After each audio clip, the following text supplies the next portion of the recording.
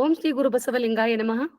ವಿಶ್ವಗುರು ಬಸವಣ್ಣನವರನ್ನು ಹಾಗೂ ಬಸವಾದಿ ಪ್ರಮಥರನ್ನ ಎನ್ನ ಮನದಂಗಳದಲ್ಲಿ ನೆನೆಯುತ್ತಾ, ಸುಖವೊಂದು ಕೋಟ್ಯಾನು ಕೋಟಿ ಬಂದಲ್ಲಿ ಬಸವಣ್ಣನ ನೆನೆವೆ, ದುಃಖ ಒಂದು ಕೋಟ್ಯಾನು ಕೋಟಿ ಬಂದಲ್ಲಿ ಬಸವಣ್ಣನ ನೆನೆವೆ.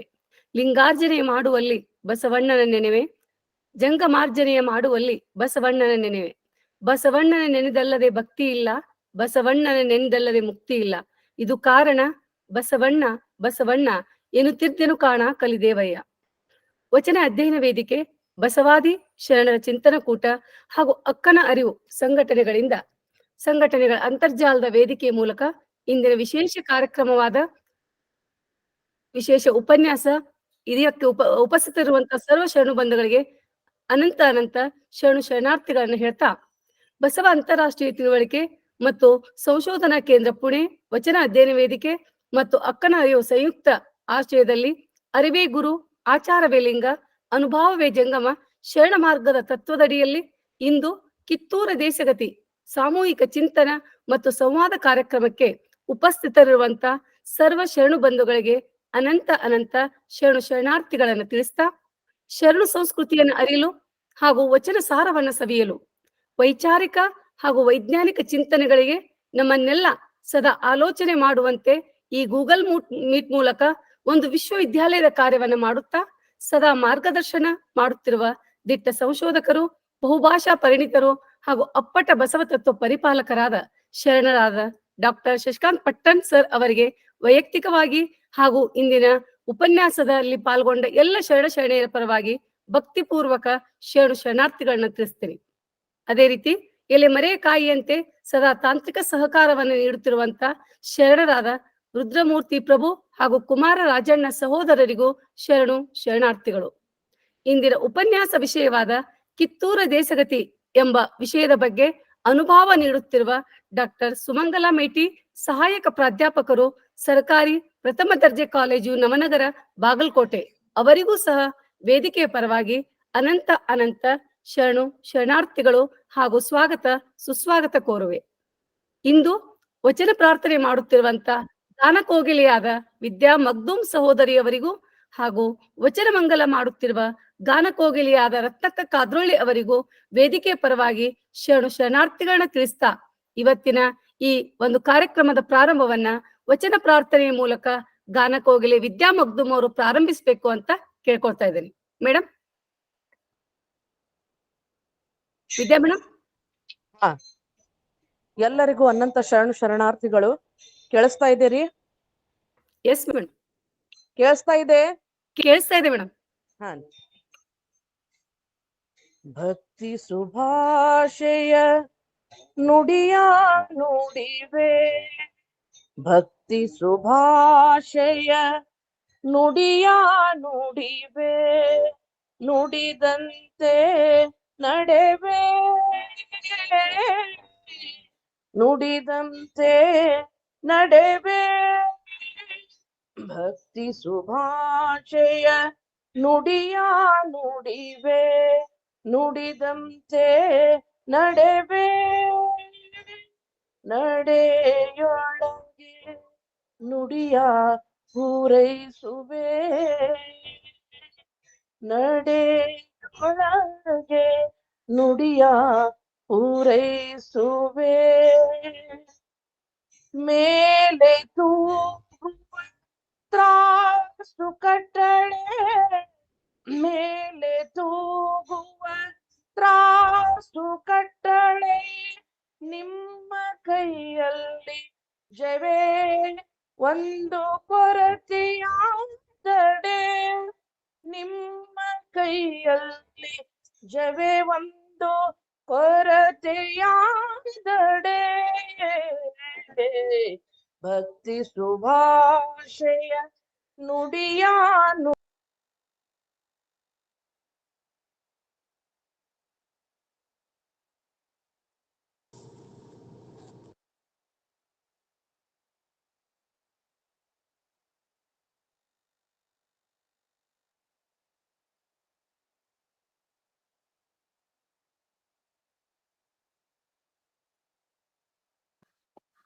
ದಾನಮ್ಮ ಮೇಡಮ್, ನೀವು ಮುಂದೆ ತಗೋರಿ. ವಿದ್ಯಾ ಮೇಡಮ್. ಅವ್ರು ಲೆಫ್ಟ್ ಆದ್ರು, ಹೊರಗದಾರ ಅವ್ರು, ಮೋಸ್ಟ್ಲಿ ಲೆಫ್ಟ್ ಆದ್ರು. ಓಕೆ, ಧನ್ಯವಾದಗಳು ಮೇಡಮ್. ಅತ್ಯಂತ ಉತ್ತಮವಾಗಿ ಪ್ರಾರ್ಥನೆಯನ್ನ ಮಾಡಿದಂತ ವಿದ್ಯಾ ಮಗ್ದುಮ್ ಶನಿಗೆ ಧನ್ಯವಾದಗಳನ್ನ ಹೇಳ್ತಾ, ಇವತ್ತಿನ ಒಂದು ಉಪನ್ಯಾಸ ಕಿತ್ತೂರು ದೇಶಗತಿ ಎಂಬ ವಿಷಯ. ಈ ವಿಷಯವನ್ನ ಈಗಾಗಲೇ ಅತ್ಯಂತ ಸಂಶೋಧನಾತ್ಮಕವಾಗಿ, ವೈಚಾರಿಕವಾಗಿ ಒಂದು ಅದರ ಒಳಹರಿವುಗಳನ್ನ ಲೇಖನಗಳ ಮೂಲಕವಾಗಿ ಒಂದು ಶಶಿಕಾಂತ್ ಪಟ್ಟಣ್ ಸರ್ ಅವರು ಈಗಾಗಲೇ ಮಾಡಿದ್ದನ್ನ ನಂಗೆ ನೆನಪಿಗೆ ತರ್ತಾ ಇದೆ. ಅದ್ರ ಜೊತೆಗೆ ಇವತ್ತಿನ ಒಂದು ಇದೇ ವಿಷಯದ ಉಪನ್ಯಾಸವನ್ನ ಡಾಕ್ಟರ್ ಸುಮಂಗ್ಲಾ ಮೇಟಿ ಅವರು ಮಾಡ್ತಾ ಇರೋದು ಬಹಳ ಸಂತೋಷ ಅನಿಸ್ತಾ ಇದೆ. ಸಹಾಯಕ ಪ್ರಾಧ್ಯಾಪಕರು, ಸರ್ಕಾರಿ ಪ್ರಥಮ ದರ್ಜೆ ಕಾಲೇಜು ನವನಗರ ಬಾಗಲಕೋಟೆ ಅವರ ಒಂದು ಪರಿಚಯವನ್ನ ಮಾಡ್ಬೇಕು ಅಂದ್ರೆ ಒಂದು ಸಮುದ್ರದಲ್ಲಿ ಒಂದು ಬೊಗಸೆ ನೀರನ್ನ ಹಿಡಿದಂತೆ ಅಂತ ನನಗೆ ಅನಿಸ್ತು. ಯಾಕಂದ್ರೆ ಅವರ ಒಂದು ವಿದ್ಯಾರ್ಥಿ, ಅವರ ಒಂದು ಸಾಧನೆಗಳು ಅತ್ಯಂತ ಒಂದು ಪ್ರಶಂಸನೀಯ ಅಂತ ಅನಿಸ್ತಾ ಇದೆ. MA, MPhil, PhD ಮಾಡಿರುವಂತ ಡಾಕ್ಟರ್ ಸುಮಂಗ್ಲಾ ಮೇಟಿಯವರು ಶ್ರೀ ವಿಜಯ ಮಹಾಂತೇಶ್ ಕಲಾ ವಿಜ್ಞಾನ ಮತ್ತು ವಾಣಿಜ್ಯ ಮಹಾವಿದ್ಯಾಲಯ ಇಳಕಲ್ ಸಹಾಯಕ ಪ್ರಾಧ್ಯಾಪಕರಾಗಿ ಕೆಲಸವನ್ನು ಮಾಡ್ತಾ ಇದ್ದಾರೆ. ಅವರಿಗೆ ಈಗಾಗಲೇ ಕ್ರಿಯಾಶೀಲ ಲೇಖಕಿ ಪ್ರಶಸ್ತಿ ಅಂತ ಹೇಳ್ಕೊಂಡು ಜಿಲ್ಲಾ ಕನ್ನಡ ಸಾಹಿತ್ಯ ಪರಿಷತ್ತು ಹೂಗಾರ್ ದತ್ತಿ ಲಿಂಗೈಕ್ಯ ಶಿವಶರಣಿ ಶಂಕರಮ್ಮನ ಸ್ಮರಣಾರ್ಥವಾಗಿ 2019ರಲ್ಲಿ ಸಿಕ್ಕಿತ್ತು. ಮತ್ತೆ ಮೇಘ ಮೈತ್ರಿ ಪುರಸ್ಕಾರ ಕರ್ನಾಟಕ ರಾಜ್ಯ ಶಿಕ್ಷಕರ ಸಾಹಿತ್ಯ ಪರಿಷತ್ತು ಬೆಂಗಳೂರು ವತಿಯಿಂದ, ಸಾಧನಾ ಶ್ರೀ ಪ್ರಶಸ್ತಿ ಕನ್ನಡ ಸಾಹಿತ್ಯ ಪರಿಷತ್ತು ಬಾಗಲಕೋಟ್ ಹಾಗೂ ಗವಿಮಠ್ ಪ್ರತಿಷ್ಠಾನ ಮದರಕಂಡಿ ಈ ಒಂದು ಪ್ರಶಸ್ತಿಯನ್ನು ಇವರು ಮುಡಿಗೇರಿಸಿಕೊಂಡಿದ್ದು ಅತ್ಯಂತ ಹೆಮ್ಮೆ ಅನಿಸ್ತಾ ಇದೆ. ಅವರು ಸಾಕಷ್ಟು ಗ್ರಂಥಗಳನ್ನ ಪ್ರಕಟಣೆ ಮಾಡಿದ್ದಾರೆ. ಅದರಲ್ಲಿ ಪ್ರಮುಖವಾದಂತ 5 ಗ್ರಂಥಗಳಂದ್ರೆ ಕರ್ನಾಟಕ ಲಿಂಗಾಯತ ರಾಣಿಯರ ಒಂದು ಅಧ್ಯಯನ, ಮೊಲ್ಲೆ ಬೊಮ್ಮಯ್ಯಗಳ ಕಾವ್ಯ ಒಂದು ಅಧ್ಯಯನ, ಹಂಡೆ ರಾಣಿಯರು, ಮಹಿಳೆ ಹೆಜ್ಜೆ ಗುರುತುಗಳು, ತುಳಸಿಗೇರಿ ಗ್ರಾಮಾಧ್ಯಯನದ ಒಂದು ಲೇಖನ ಒಂದು ಗ್ರಂಥಗಳ ಪ್ರಕಟ ಆಗಿದ್ದನ್ನು ತಿಳಿಸ್ಲಿಕ್ಕೆ ವೇದಿಕೆಗೆ ಬಹಳ ಖುಷಿ ಅನಿಸ್ತಾ ಇದೆ. ಅವರು ಸುಮಾರು 38ಕ್ಕಿಂತ ಹೆಚ್ಚು ಲೇಖನಗಳನ್ನ ಪ್ರಕಟ ಮಾಡಿದ್ದಾರೆ. ಅಷ್ಟೇ ಅಲ್ಲದೆ ಪ್ರಕಟಿತ ಕವನಗಳಷ್ಟೇ ಅಲ್ಲದೆ ಅನೇಕ ಒಂದು ಇದರಲ್ಲಿ ಸಂಘ ಸಂಸ್ಥೆಗಳಲ್ಲಿ ಸದಸ್ಯತ್ವವನ್ನು ಪಡೆದಿದ್ದಾರೆ. ಉದಾಹರಣೆ KLE ಒಂದು ಜಾಬಿನ್ ವಿಜ್ಞಾನ ಮಹಾವಿದ್ಯಾಲಯ, ಆಮೇಲೆ Shri SR Patil education foundation, ಆಮೇಲೆ ಅಖಿಲ ಭಾರತ ಸಾಹಿತ್ಯ ಪರಿಷತ್ತು, ಕನ್ನಡ ಇತಿಹಾಸ ಅಕಾಡೆಮಿ, ಬಸವ ಕಲಾನಿಕೇತನ, ಕನ್ನಡ ಸಾಹಿತ್ಯ ಪರಿಷತ್ತು, ಹೀಗೆ ಅನೇಕ ಕಡೆ ಸದಸ್ಯತ್ವವನ್ನು ಪಡ್ಕೊಂಡು ಒಂದು ಗಣನೀಯ ಸೇವೆಯನ್ನು ಸಲ್ಲಿಸ್ತಾ ಇದ್ದಾರೆ. ಅಲ್ಲದೆ ಅಂತಾರಾಷ್ಟ್ರೀಯ ಸಮ್ಮೇಳನದಲ್ಲಿ, ಆಮೇಲೆ ರಾಷ್ಟ್ರೀಯ ಸಮ್ಮೇಳನದಲ್ಲಿ, ರಾಜ್ಯ ಸಮ್ಮೇಳನದಲ್ಲಿ ಅನೇಕ ಒಂದು ಲೇಖನಗಳನ್ನ ಅವರು ಮಂಡಿಸಿದ್ದಾರೆ. ಅಷ್ಟೇ ಅಲ್ಲದೆ ಆ ಒಂದು ಲೇಖನಗಳು ಅನೇಕ ಕಾರ್ಯಾಗಾರಗಳಲ್ಲಿ ಸಹಿತ ಕಾರ್ಯಗಳನ್ನ ಸಂಪನ್ಮೂಲ ವ್ಯಕ್ತಿಯಾಗಿ ಕೆಲಸ ಮಾಡಿದ್ದಾರೆ. ಕಮ್ಮಟಗಳಲ್ಲಿ ಭಾಗವಹಿಸಿದ್ದಾರೆ. ಅನೇಕ ಗೌರವದ ಸನ್ಮಾನಗಳನ್ನ ಪಡೆದಿದ್ದಾರೆ. ಬಾನುಲಿ ಕಾರ್ಯಕ್ರಮಗಳನ್ನ ಶರಣೆ ಅಲ್ಲದೇವಿ, ಉರ್ಲಿಂಗ ಪೆದ್ದಿ ಪುಣ್ಯಶ್ರೀಯವರ ಬಗ್ಗೆ, ಆಮೇಲೆ ಮಹಾಶಿವಶರಣೆ ಅಕ್ಕಮಾದೇವಿಯ ಬಗ್ಗೆ, ಆಮೇಲೆ ಸ್ವತಂತ್ರ ಹೋರಾಟದಲ್ಲಿ ಕಿತ್ತೂರು ಚೆನ್ನಮ್ಮನ ಪಾತ್ರ, ಈ ವಿಷಯದ ಬಗ್ಗೆ ಸಾಕಷ್ಟು ಬಾನುಲಿ ಕಾರ್ಯಕ್ರಮಗಳನ್ನ ಅವ್ರು ಕೊಟ್ಟಿದ್ದನ್ನು ಹೇಳಿಕೆ ವೇದಿಕೆಗೆ ಬಹಳ ಸಂತೋಷ ಅನಿಸ್ತಾ ಇದೆ. ಸುಮಾರು 42ಕ್ಕಿಂತ ಹೆಚ್ಚಿಗೆ ಒಂದು ಕಾರ್ಯಕ್ರಮಗಳಲ್ಲಿ ಸಂಪನ್ಮೂಲ ವ್ಯಕ್ತಿಯಾಗಿ ಅವರು ಭಾಗವಹಿಸಿದ್ದು ಅವರ ಒಂದು ಕ್ರಿಯಾಶೀಲತೆಗೆ ಒಂದು ಗರಿ ಮೂಡಿಸ್ತಾ ಇದೆ ಅಂತ ಅನಿಸ್ತಾ ಇದೆ. ಅದಕ್ಕೆ ನಾನು ಪ್ರಾರಂಭದಲ್ಲಿ ಹೇಳಿದೆ, ಅವರ ಪರಿಚಯವನ್ನ ಮಾಡೋದು ಅಂದ್ರೆ ಸಮುದ್ರದ ನೀರಿನಲ್ಲಿ ಒಂದು ಬೊಗಸೆ ನೀರನ್ನು ಹಿಡಿದಂತೆ ಅಂತ ತಿಳ್ಕೊಂಡು, ಅಂತಹ ಅತ್ಯುತ್ತಮ ವಾಗ್ಮಿಗಳು, ವೈಚಾರಿಕ ಚಿಂತಕರು, ವೈಜ್ಞಾನಿಕ ಮನೋಭಾವವುಳ್ಳಂತ ಮೇಡಮ್ ಅವರು ಇವತ್ತು ನಮಗೆ ಉಪನ್ಯಾಸಕರಾಗಿ ದೊರೆತಿರೋದು ನಮ್ಮ ಸೌಭಾಗ್ಯ ಅಂತ ಅನಿಸ್ತಾ ಇದೆ. ಈ ಒಂದು ನಿಟ್ಟಿನಲ್ಲಿ ಅವರ ಪರಿಚಯವನ್ನ ಅತ್ಯಂತ ಸಂಕ್ಷಿಪ್ತವಾಗಿ ಮಾಡ್ತಾ ಇವತ್ತಿನ ವೇದಿಕೆಯನ್ನು ಅವ್ರಿಗೆ ಬಿಟ್ಕೊಡ್ತಾ ಇದ್ದೀನಿ. ಕಿತ್ತೂರು ದೇಶಗತಿಯ ಬಗ್ಗೆ ಉಪನ್ಯಾಸವನ್ನ, ಅನುಭವವನ್ನ ಮಾಡ್ಬೇಕು ಅಂತ ಅವರಿಗೆ ನಾನು ವಿನಯಪೂರ್ವಕವಾಗಿ ಕೇಳ್ತಾ, ಒಂದು ವೇದಿಕೆ ತಮಗಾಗಿ ಮೇಡಮ್ ನಾವೆಲ್ಲ ಕಾತುರದಿಂದ ಕೇಳಲು ಕುಳಿತಿದ್ದೇವೆ. ಧನ್ಯವಾದಗಳು ಮೇಡಮ್. ಸುಮಂಗ್ಲಾ ಮೇಡಮ್. ಎಲ್ರಿಗೂ ಶರಣಾರ್ಥಿಗಳು. ಕೇಳಿಸ್ತಾ ಇದೆ ಅಲ್ವಾ ಮೇಡಮ್? ಎಸ್ ಮ್ಯಾಮ್, ಕೇಳಿಸ್ತಾ ಇದೆ. ವಚನ ಅಧ್ಯಯನ ವೇದಿಕೆ ಗೂಗಲ್ ಮೀಟ್ ಶರಣ ಚಿಂತನ ಮಾಲಿಕೆ 198, ಬಸವ ಅಂತಾರಾಷ್ಟ್ರೀಯ ತಿಳುವಳಿಕೆ ಮತ್ತು ಸಂಶೋಧನಾ ಕೇಂದ್ರ ಪುಣೆಯ ವಚನ ಅಧ್ಯಯನ ವೇದಿಕೆ ಮತ್ತು ಅಕ್ಕಳ ಅರಿವು ಬಳಗದ ಸಂಯುಕ್ತ ಆಶ್ರಯದಲ್ಲಿ ಕಿತ್ತೂರು ದೇಶದ ಚಿಂತನ ಮತ್ತು ಸಂವಾದ ಕಾರ್ಯಕ್ರಮದಲ್ಲಿ ಪಾಲ್ಗೊಂಡ ಎಲ್ಲ ಶರಣ ತಂದೆ ತಾಯಿಯರಿಗೆ ಶರಣು ಶರಣಾರ್ಥಿಗಳು.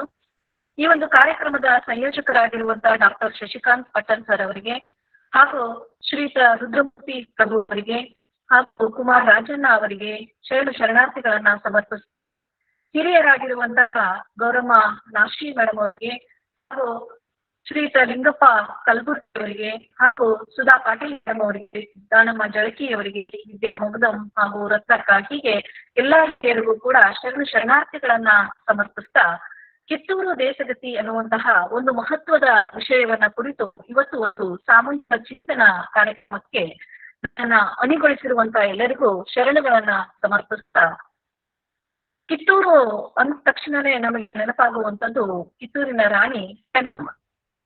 ಕರ್ನಾಟಕದ ರಾಜಕೀಯ ಇತಿಹಾಸದಲ್ಲಿ ಮಹತ್ವದ ರಾಜಮನೆತನಗಳನ್ನು ನಾವು ಗುರುತಿಸ್ತಾ ಹೋಗುವಾಗ ಅಂತಹ ರಾಜಮನೆತನಗಳಲ್ಲಿ ಕಿತ್ತೂರು ದೇಶಗತಿ ಪ್ರಮುಖವಾಗಿರುವಂತದ್ದು ನಮಗೆ ಕಂಡು ಬರ್ತಾ ಇದೆ. ವಿಜಯನಗರೋತ್ತರ ಕಾಲಾವಧಿಯಲ್ಲಿ ಅನೇಕ ಸಣ್ಣ ಪುಟ್ಟ ಸಂಸ್ಥಾನಗಳು ಪ್ರವರ್ಧಮಾನಕ್ಕೆ ಬಂದವು. ಅಂತಹ ಒಂದು ಸಂಸ್ಥಾನಗಳಲ್ಲಿ ಕಿತ್ತೂರು ಸಂಸ್ಥಾನವೂ ಕೂಡ ಒಂದು. ರಾಜಸ್ಥಾನದ ಜಹಗೀರಿಗೆ ಸೇರಿದಂತಹ ಈ ಕಿತ್ತೂರು ಅನ್ನುವಂತಹ ಊರು 16ನೇ ಶತಮಾನದ ಕಡೆಯ ಹೊತ್ತಿಗೆ ಒಂದು ಪುಟ್ಟ ಸಂಸ್ಥಾನವಾಗಿ ಅದು ರೂಪುಗೊಳ್ತಾ ಬೆಳೀತಾ ಹೋಯಿತು. ಚಿಕ್ಕಮಲ್ಲಶೆಟ್ಟಿ ಮತ್ತು ಹಿರೇಮಲ್ಲಶೆಟ್ಟಿ ಅವರಿಂದ ಕ್ರಿಸ್ತಶಕ 1585ರಲ್ಲಿ ಸ್ಥಾಪಿತವಾಗಿ ಸತತವಾಗಿ 239 ವರ್ಷಗಳ ಕಾಲ ಭವ್ಯತೆಯನ್ನ ಮೆರೆದಂತಹ ಸ್ಥಾನ ಇದು. ಕಿತ್ತೂರು ಮಾಳವ ರುದ್ರಗೌಡ ರಂಜನಿ ಅನ್ನುವಂತಹ ಒಬ್ಬ ರಾಜ್ಯ ನರ್ತಕಿಗೆ ಮಾರು ಹೋಗುವುದರ ಮೂಲಕವಾಗಿ ಆತ ದೇಶನೂರಿನಲ್ಲಿ ಒಂದು ಮಹಲನ್ನ ಕಟ್ಟಿಸ್ತಾ ಇದ್ದಾನೆ. ಅಲ್ಲೇ ಆತ ಇರತೊಡಗಿದಂತಹ ಸಂದರ್ಭದಲ್ಲಿ ಆತ ರಾಣಿಯಾಗಿರುವಂತಹ ಮಲ್ಲಮ್ಮ ರಾಜ್ಯವನ್ನ ಆಳ್ವಿಕೆ ಮಾಡ್ತಾ ಇದ್ದಾಳೆ, ಅಂದ್ರೆ ರಾಜ್ಯಭಾರವನ್ನ ಮಾಡ್ತಾ ಹೋಗ್ತಾ ಇದ್ದಾಳೆ. ಕ್ರಿಸ್ತಶಕ 1734ರಿಂದ ಕ್ರಿಸ್ತಶಕ 1749ರವರೆಗೂ 15 ವರ್ಷಗಳ ಕಾಲ ಆಕೆ ರಾಜ್ಯಭಾರವನ್ನ ಮಾಡ್ತಾ ಇದ್ದಾಳೆ. ಕಿತ್ತೂರು ರಾಣಿ ಚೆನ್ನಮ್ಮನಿಗಿಂತ ಮೊದಲೇ ಆಕೆ ರಾಜ್ಯಭಾರವನ್ನ ಮಾಡಿದ್ದು ಕೂಡ ಮಹತ್ವದ ಒಂದು ಸಂಗತಿ. ಆನಂತರದಲ್ಲಿ ಮಾಳವ ರುದ್ರಗೌಡ ತನ್ನ ತಮ್ಮ ಮಲ್ಲಪ್ಪನ ಮಗನಾಗಿರುವಂತಹ ವೀರಪ್ಪಗೌಡನನ್ನ ದತ್ತು ತೆಗೆದುಕೊಳ್ತಾ ಇದ್ದಾರೆ. 1749ರಿಂದ 1785 ಕೂಡ ವೀರಪ್ಪಗೌಡ ರಾಜ್ಯಭಾರವನ್ನ ಮಾಡ್ತಾ ಹೋಗ್ತಾ ಇದ್ದಾನೆ. ಈ ವೀರಪ್ಪಗೌಡ ಹೈದರಾಲಿಯೊಂದಿಗೆ ಸಂಧಾನವನ್ನ ಮಾಡಿ ತನ್ನ ರಾಜ್ಯವನ್ನ ಅಂದ್ರೆ ಆತ ಹೋಗ್ತಾ ಇದ್ದಾನೆ. ಅಂದ್ರೆ ತನ್ನ ರಾಜ್ಯವನ್ನು ಸ್ವತಂತ್ರವಾಗಿ ಇಟ್ಕೊಳ್ಳುವಂತಹ ಒಂದು ಪ್ರಯತ್ನವನ್ನ ಮಾಡುವ ಸಲುವಾಗಿ ಆತ ಹೈದರಾಲಿಯೊಂದಿಗೆ ಸಂಧಾನವನ್ನ ಮಾಡ್ಕೊಳ್ತಾ ಇದ್ದಾನೆ. 1756ರ ಸಂದರ್ಭದಲ್ಲಿ ಕಿತ್ತೂರಿನ ಅಧೀನದಲ್ಲಿ ಪರಸ್ಗಡ, ಸಂಪಗಾವ ಹಾಗೂ ಬಿಡಿ ಎನ್ನುವಂತಹ ಪಗರಣಗಳು ಉಳಿತಾ ಇದ್ದಾವೆ. ಹಾಗೆ 1778ರ ಸಂದರ್ಭದಲ್ಲಿ ಕಾಸ್ಕಾವದ ಪಟವರ್ಧನನನ್ನ ಸೋಲಿಸಿ ಗೋಕಾಕ ಸೌದತ್ತಿಗಳನ್ನ ತನ್ನ ರಾಜ್ಯಕ್ಕೆ ಆತ ಸೇರ್ಪಡೆಯನ್ನ ಮಾಡ್ಕೊಳ್ತಾ ಇದ್ದಾನೆ. 1779ರಲ್ಲಿ ಪೇಶ್ವೆ ಸೈನ್ಯದ ನಾಯಕನಾಗಿರುವಂತಹ ಪರಶುರಾಮ್ ಭಾವು ಆತ ಗೋಕಾಕದ ಮೇಲೆ ದಾಳಿಯನ್ನ ಮಾಡಿ ವೀರಪ್ಪಗೌಡನನ್ನ ಮೀರಜದಲ್ಲಿ ಆತ ಸೆರೆ ಇಡ್ತಾ ಇದ್ದಾನೆ, ಬಂಧನದಲ್ಲಿ ಇಡ್ತಾ ಇದ್ದಾನೆ. ಅಲ್ಲಿನೇ 1782ರ ಕಾಲ ಸಂದರ್ಭದಲ್ಲಿ ವೀರಪ್ಪಗೌಡ ಮರಣವನ್ನ ಹೊಂದ್ತಾ ಇದ್ದಾನೆ. ಈತನ ಮೃತದೇಹವನ್ನ ಮೀರಜದಿಂದ ಆನಂತರದಲ್ಲಿ ತಂದು ಕಲ್ಮಠದಲ್ಲಿ ಸಮಾಧಿಯನ್ನ ಮಾಡ್ತಾ ಇದ್ದಾರೆ. ಈಗಲೂ ಕೂಡ ನಾವು ಕಲ್ಮಠದಲ್ಲಿ ಸಮಾಧಿಯನ್ನ ನೋಡಬಹುದಾಗಿದೆ. 1782ರ ಸಂದರ್ಭದಲ್ಲಿ ಮಲ್ಲಸರ್ಜನನ್ನ ಅಧಿಕಾರಕ್ಕೆ ತರುವಂತಹ ಒಂದು ಪ್ರಯತ್ನವನ್ನ ಮಾಡ್ತಾ ಇದ್ದಾರೆ. ದತ್ತಕ ತೆಗೆದುಕೊಳ್ಳುವುದರ ಮೂಲಕವಾಗಿ ಮಲ್ಲಸರ್ಜನನ್ನ ಅಲ್ಲಿ ರಾಜ್ಯಕ್ಕೆ ಆತನನ್ನ ಅಧಿಪತಿಯನ್ನಾಗಿ ಮಾಡ್ತಾ ಇದ್ದಾರೆ. ಕ್ರಿಸ್ತಶಕ 1782ರಿಂದ ಕ್ರಿಸ್ತಶಕ 1816ರವರೆಗೆ 34 ವರ್ಷಗಳ ಕಾಲ ನಿರಂತರವಾಗಿ ಮಲ್ಲಸರ್ಜ ರಾಜ್ಯಭಾರವನ್ನ ಮಾಡ್ತಾ ಹೋಗ್ತಾನೆ. 1785ರ ಕಾಲ ಸಂದರ್ಭದಲ್ಲಿ ಟಿಪ್ಪು ಸುಲ್ತಾನ ಆತನನ್ನ ಸೆರೆ ಹಿಡಿತಾ ಇದ್ದಾನೆ. ಧಾರವಾಡದಲ್ಲಿನ ನರಗುಂದ, ರಾಮದುರ್ಗ ಹಾಗೂ ಕಿತ್ತೂರಿನ ಮೇಲೆ ದಾಳಿಯನ್ನ ಮಾಡ್ತಾ ಇರುವ ಸಂದರ್ಭದಲ್ಲಿ ಮಲ್ಲಸರ್ಜನನ್ನ ಆತ ಸೆರೆ ಹಿಡಿತಾ ಇದ್ದಾನೆ. ಆನಂತರದಲ್ಲಿ ಮೈಸೂರಿನ ಒಂದು ಪ್ರಬಲ ಸೈನ್ಯವನ್ನ ಕಿತ್ತೂರಿನಲ್ಲಿ ಇಡುವಂತಹ ಒಂದು ಪ್ರಯತ್ನವನ್ನು ಕೂಡ ಆತ ಮಾಡ್ತಾ ಇದ್ದಾನೆ. ಹಾಗೆ 3 ವರ್ಷಗಳ ಕಾಲ ಕಿತ್ತೂರು ಟಿಪ್ಪುವಿನ ಅಧೀನದಲ್ಲಿನೇ ಉಳಿತಾ ಇದೆ. ದೊರೆ ಮಲ್ಲಸರ್ಜನನ್ನ ಟಿಪ್ಪು ಸೆರೆ ಹಿಡಿದಂತಹ ಸಂದರ್ಭದಲ್ಲಿ ರಾಣಿ ರುದ್ರಮ್ಮ ಬಿಡಿಸಿಕೊಂಡು ಬರುವಂತಹ ಒಂದು ಪ್ರಯತ್ನವನ್ನ ಮಾಡಿದ್ರು ಅನ್ನುವಂಥದ್ದು ಬಹಳ ಮಹತ್ವದ ಒಂದು ಸಂಗತಿ. ಬ್ರಿಟಿಷರಿಗೆ ಸೈನ್ಯವನ್ನ ಬಿಡ್ಲು 1 ಕೋಟಿ ಹಣವನ್ನ ಕೊಟ್ಟು ಆನಂತರದಲ್ಲಿ ದೊರೆ 1803ರಲ್ಲಿ ವೆಲೆಸ್ಲಿಗೆ ನೆರವನ್ನ ನೀಡುವುದರ ಮೂಲಕವಾಗಿ ಕಿತ್ತೂರನ್ನ ಭದ್ರಗೊಳಿಸುವ ಪ್ರಯತ್ನವನ್ನ ಮಲ್ಲಸರ್ಜ ದೊರೆ ಮಾಡ್ತಾ ಇದ್ದಾನೆ. ಅದಲ್ಲದೆ 1809ರ ಸಂದರ್ಭದಲ್ಲಿ ಪೇಶ್ವೆಯವರಿಗೆ 1,75,000 ರೂಪಾಯಿಗಳನ್ನ ಕೊಟ್ಟು ಆತ ಸ್ಥಾನಿಕವಾಗಿರುವಂತಹ ತನ್ನ ಒಂದು ರಾಜ್ಯವನ್ನ ಭದ್ರಪಡಿಸಿಕೊಳ್ಳುವಂತಹ ಒಂದು ಕೆಲಸವನ್ನ ಮಾಡ್ತಾ ಇದ್ದಾನೆ. ಆದ್ರೆ ಪೇಶ್ವೆಯವರ ವಿಶ್ವಾಸಘಾತದ ಮಾಡುವುದರ ಮೂಲಕವಾಗಿ ಮಲ್ಲಸರ್ಜನನ್ನ ಅವರು ಸೆರೆ ಹಿಡಿತಾ ಇದ್ದಾರೆ. 3 ವರ್ಷಗಳ ಕಾಲ ಪುಣೆಯಲ್ಲಿ ಅವನನ್ನ ಇಡ್ತಾ ಇದ್ದಾರೆ. 1816ರ ಸಂದರ್ಭಕ್ಕೆ ಆ ಮಲ್ಲಸರ್ಜನನ್ನ ಬಿಡುಗಡೆಗೊಳಿಸ್ತಾರೆ. ಆದ್ರೆ ದುರದೃಷ್ಟವಶಾತ್ ಆತ ಮರಳಿ ಬರುವಾಗ ಮಾರ್ಗ ಮಧ್ಯದಲ್ಲಿಯೇ ಮಲ್ಲಸರ್ಜ ಕೊನೆಯುಸಿರೆಳಿತಾ ಇದ್ದಾನೆ. ಅಂದ್ರೆ ಒಬ್ಬ ಸಮರ್ಥ ಅರಸನಾಗಿರುವಂತಹ ಮಲ್ಲಸರ್ಜ ದೊರೆ ಆತ ಸಾವನ್ನ ಅಪ್ತಾ ಇದ್ದಾನೆ. ಹಾಗೆ ಈತನ ಹಿರಿಯ ರಾಣಿಯಾಗಿರುವಂತಹ ರಾಣಿ ರುದ್ರಮ್ಮನಿಗೆ ಇಬ್ಬರು ಮಕ್ಕಳಿರ್ತಾರೆ. ಮೊದಲನೆಯವನ ಹೆಸರು ಶಿವಲಿಂಗ ರುದ್ರ ಸರ್ಜ. ಅವನನ್ನ ಎಲ್ಲರೂ ಪ್ರೀತಿಯಿಂದ ಬಾಪು ಸಾಹೇಬ ಅಂತ ಹೇಳಿ ಕರಿತಾ ಇರ್ತಾರೆ. ಹಾಗೆ ಎರಡನೆಯ ಮಗನ ಹೆಸರು ವೀರಭದ್ರ ಸರ್ಜ. ಈತನನ್ನ ಬಾವು ಸಾಹೇಬ ಅಂತ ಹೇಳಿ ಪ್ರೀತಿಯಿಂದ ಕರೀತಾ ಇರ್ತಾರೆ. ರಾಣಿ ಚೆನ್ನಮ್ಮನಿಗೂ ಕೂಡ ಒಬ್ಬ ಮಗನಿರ್ತಾನೆ. ಅವನ ಹೆಸರು ಶಿವಬಸವರಾಜ. ಅವನನ್ನ ಪ್ರೀತಿಯಿಂದ ಬಾಳಾ ಸಾಹೇಬ ಅಂತ ಹೇಳಿ ಕರಿತಾ ಇದ್ದಾರೆ. ಹೀಗೆ ತೆರವಾದಂತಹ ಸಿಂಹಾಸನಕ್ಕೆ ಅಲ್ಲಿ ಅಧಿಪತಿಯನ್ನಾಗಿ ರಾಣಿ ರುದ್ರಮ್ಮನ ಹಿರಿಯ ಮಗನಾಗಿರುವಂತಹ ಶಿವಲಿಂಗ ರುದ್ರ ಸರ್ಜನನ್ನ ತರುವ ಪ್ರಯತ್ನವನ್ನ ಅಲ್ಲಿ ಮಾಡ್ತಾ ಇದ್ದಾರೆ.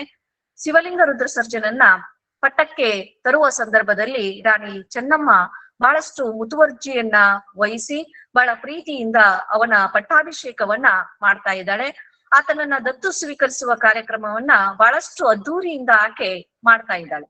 ಈ ದತ್ತು ಕಾರ್ಯದಲ್ಲಿ ಒಕ್ಕುಂದ, ಬೆಲ್ಲೋಡಿ, ಬನ್ನಿಕೊಪ್ಪ, ಸವನೂರು, ಶಿರಹಟ್ಟಿ, ಬೇಲೂರು, ಶೀಗಿಹಳ್ಳಿ ಅಲ್ದೇನೆ ವಿದೇಶಿಯರು ಕೂಡ ಈ ಕಾರ್ಯಕ್ರಮಕ್ಕೆ ಪಾಲ್ಗೊಳ್ತಾರೆ. ಆದ್ರೆ ಈ ದತ್ತು ಸ್ವೀಕಾರಕ್ಕೆ ಶಿವಲಿಂಗ ರುದ್ರ ಸರ್ಜನ ಒಂದು ಪೂರ್ವ ಅನುಮತಿ ಅಥವಾ ಸಂಪೂರ್ಣವಾಗಿರುವಂತಹ ಅನುಮತಿ ಇದೆಯೋ ಇಲ್ವೋ ಅನ್ನುವಂತಹ ಒಂದು ಪ್ರಶ್ನೆ, ಒಂದು ಅನುಮಾನ ಬ್ರಿಟಿಷರನ್ನ ಕಾಡ್ಲಿಕ್ಕೆ ಶುರುವಾಗತ್ತೆ.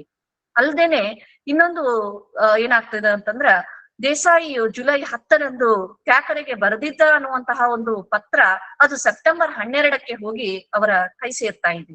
ಹೀಗಾಗಿ ಆ ಸತ್ಯವನ್ನ ತಿಳಿಯುವ ಸಲುವಾಗಿ ಥ್ಯಾಕರೆ ಸಿವಿಲ್ ಸರ್ಜನ್ ಬೆಲ್ರನ್ನ ಕಿತ್ತೂರಿಗೆ ಕಳಿಸುವಂತಹ ಪ್ರಯತ್ನವನ್ನ ಮಾಡ್ತಾ ಇದ್ದಾನೆ. ಆದ್ರೆ ಸಿವಿಲ್ ಸರ್ಜನ್ ಬೆಲ್ ಅವರು ಕಿತ್ತೂರನ್ನ ತಲುಪುವ ಪೂರ್ವದಲ್ಲಿನೇ ಅಲ್ಲಿ ಶಿವಲಿಂಗ ರುದ್ರ ಸರ್ಜ ಮರಣವನ್ನ ಅಪ್ತಾನೆ. ಇದು ಕೂಡ ಅಲ್ಲಿ ಅನುಮಾನಕ್ಕೆ ಆಸ್ಪದವನ್ನ ಕೊಡ್ತಾ ಇದೆ. ಹೀಗಾಗಿ ದತ್ತು ಸ್ವೀಕಾರವನ್ನ ಕಾನೂನು ಬಾಹಿರ ಅಂತ ಹೇಳಿ ಥ್ಯಾಕರೆ ನಿರ್ಧರಿಸ್ತಾ ಇದ್ದಾನೆ. ಆದ್ರೆ ಈ ಎಲ್ಲಾ ಚಟುವಟಿಕೆಗಳನ್ನ ಗಮನಿಸ್ಕೊಳ್ಳುವಾಗ ಕಿತ್ತೂರು ರಾಣಿ ಚೆನ್ನಮ್ಮ ಹಿಂದಿಯರ ರಾಜ್ಯಭಾರದಲ್ಲಿ ಕೈ ಹಾಕುವಂತಹ ಅಧಿಕಾರ ಬ್ರಿಟಿಷರಿಗೆ ಇಲ್ಲ ಅಂತ ಹೇಳಿ ಆಕೆ ಏನೇ ಪ್ರಯತ್ನವನ್ನ ಮಾಡಿದ್ರು ಕೂಡ ಅದ್ಯಾವುದು ಕೂಡ ಸಾಫಲ್ಯವನ್ನ ಕೊಡೋದಿಲ್ಲ. ಹಾಗೆ ಶಿವಲಿಂಗ ರುದ್ರ ಸರ್ಜ ಅನಾರೋಗ್ಯದಿಂದ ತೀರ್ಕೊಂಡ ನಂತರದಲ್ಲಿ ಅವನ ಮಕ್ಕಳು ಯಾರೂ ಕೂಡ ಉಳಿಯೋದಿಲ್ಲ. ಆ ಸಂದರ್ಭದಲ್ಲಿ ಆತ ದತ್ತು ಸ್ವೀಕರಿಸುವಂತಹ ಒಂದು ಪ್ರಯತ್ನಗಳನ್ನ ಮಾಡ್ತಾ ಇದ್ದಾರೆ. ಆದ್ರೆ ದತ್ತು ಮಕ್ಕಳಿಗೆ ಹಕ್ಕಿಲ್ಲ ಅನ್ನುವಂತಹ ಒಂದು ಕಾರಣದಿಂದಾಗಿ ಅಲ್ಲಿ ಶಿವಲಿಂಗ ರುದ್ರ ಸರ್ಜನ ಒಪ್ಪಿಗೆ ಇಲ್ಲದೆ, ಅನುಮತಿ ಇಲ್ಲದೆ ದತ್ತು ಸ್ವೀಕಾರದ ಕಾರ್ಯ ನಡೆದಿದೆ ಅನ್ನುವಂತಹ ಒಂದು ಇದೇ ಒಂದು ಕಾರಣವನ್ನ ಹೇರುವ ಮೂಲಕವಾಗಿ ಆ ಒಂದು ದತ್ತು ಸ್ವೀಕಾರವನ್ನ ಕಾನೂನು ಬಾಹಿರ ಅಂತ ಹೇಳಿ ಅವರು ರದ್ದುಗೊಳಿಸ್ತಾ ಇದ್ದಾರೆ. ಇಂತಹ ಒಂದು ಸಂದರ್ಭದಲ್ಲಿ ಭಾರತ ಸ್ವತಂತ್ರದ ಸೌಧಾಮಿನಿಯಾಗಿರುವಂತಹ ಕಿತ್ತೂರು ರಾಣಿ ಚೆನ್ನಮ್ಮ ಅಲ್ಲಿ ಅಧಿಪತ್ಯವನ್ನ ವಹಿಸಿಕೊಳ್ತಾ ಇದ್ದಾಳೆ. ತನ್ನ ಊರನ್ನ, ತನ್ನ ನಾಡನ್ನ ಉಳಿಸಿಕೊಳ್ಳುವಂತಹ ಒಂದು ಪ್ರಯತ್ನವನ್ನ ಆಕೆ ಮಾಡ್ತಾ ಇದ್ದಾಳೆ. ಕಿತ್ತೂರು ರಾಣಿ ಚೆನ್ನಮ್ಮ ಮಲ್ಲಸರ್ಜನ ಎರಡನೆಯ ಹೆಂಡತಿಯಾಗಿ ಇರುವಂತಹ ಈಕೆ ಬಾಲ್ಯದಿಂದಲೇ ಆಕೆ ಬಹಳಷ್ಟು ಪರಿಣಿತಿಯನ್ನ ಪಡ್ಕೊಂಡಿರ್ತಾಳೆ. ಹಾಗಾಗಿಯೇ ಆಕೆ ರಾಜ್ಯಭಾರವನ್ನ ನಿರ್ವಹಿಸುವಂತಹ ಮತ್ತು ತನ್ನ ಪತಿ ಇರುವಂತಹ ಸಂದರ್ಭದಲ್ಲಿ, ತನ್ನ ಗಂಡನಾಗಿರುವಂತಹ ಮಲ್ಲಸರ್ಜ ಇರುವ ಸಂದರ್ಭದಲ್ಲಿಯೂ ಕೂಡ ಅವನಿಗೆ ರಾಜ್ಯಭಾರದಲ್ಲಿ ಆಕೆ ಸಾಕಷ್ಟು ಸಹಾಯ ಸಹಕಾರವನ್ನ ನೀಡ್ತಾ ಇದ್ಲು ಅನ್ನುವಂತಹ ಸಂಗತಿ ನಮಗೆ ಹಲವು ಮೂಲಗಳಿಂದ ತಿಳಿತಾ ಇದೆ.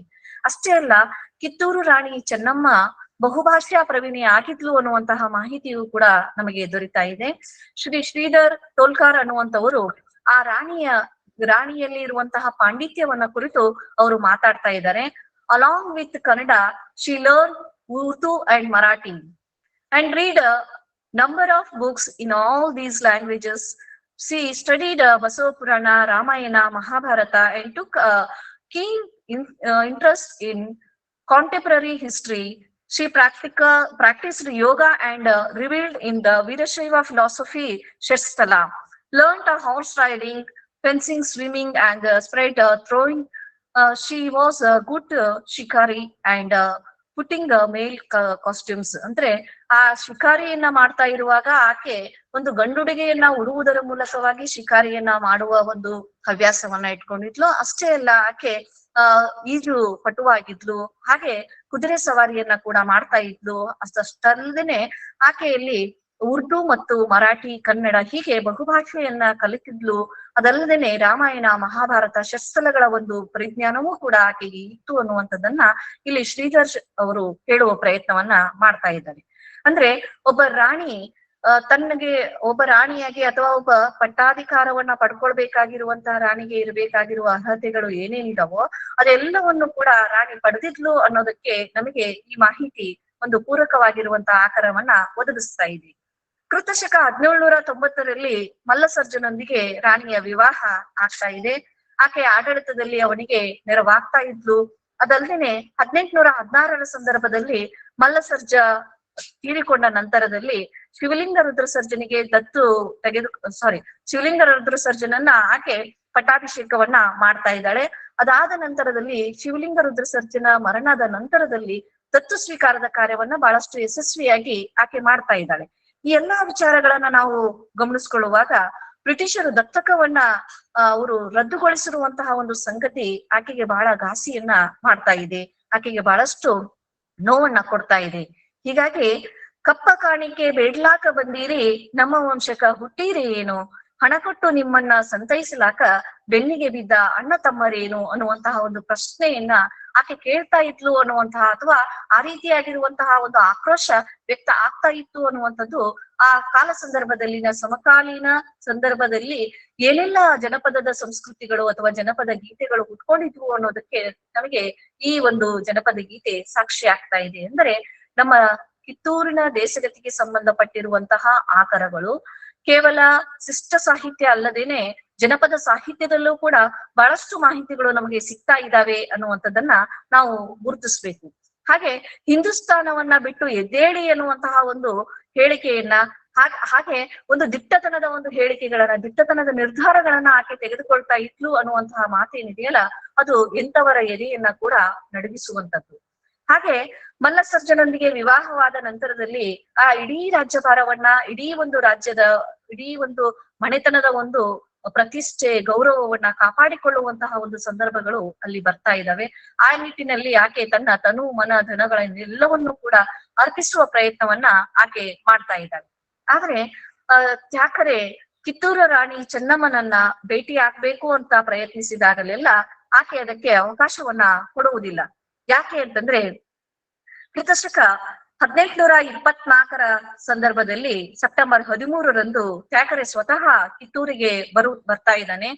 ಕಂಪನಿ ಸರ್ಕಾರದಿಂದ ಮುಂದಿನ ಆದೇಶದವರೆಗೂ ಕೂಡ ತಾತ್ಕಾಲಿಕವಾಗಿ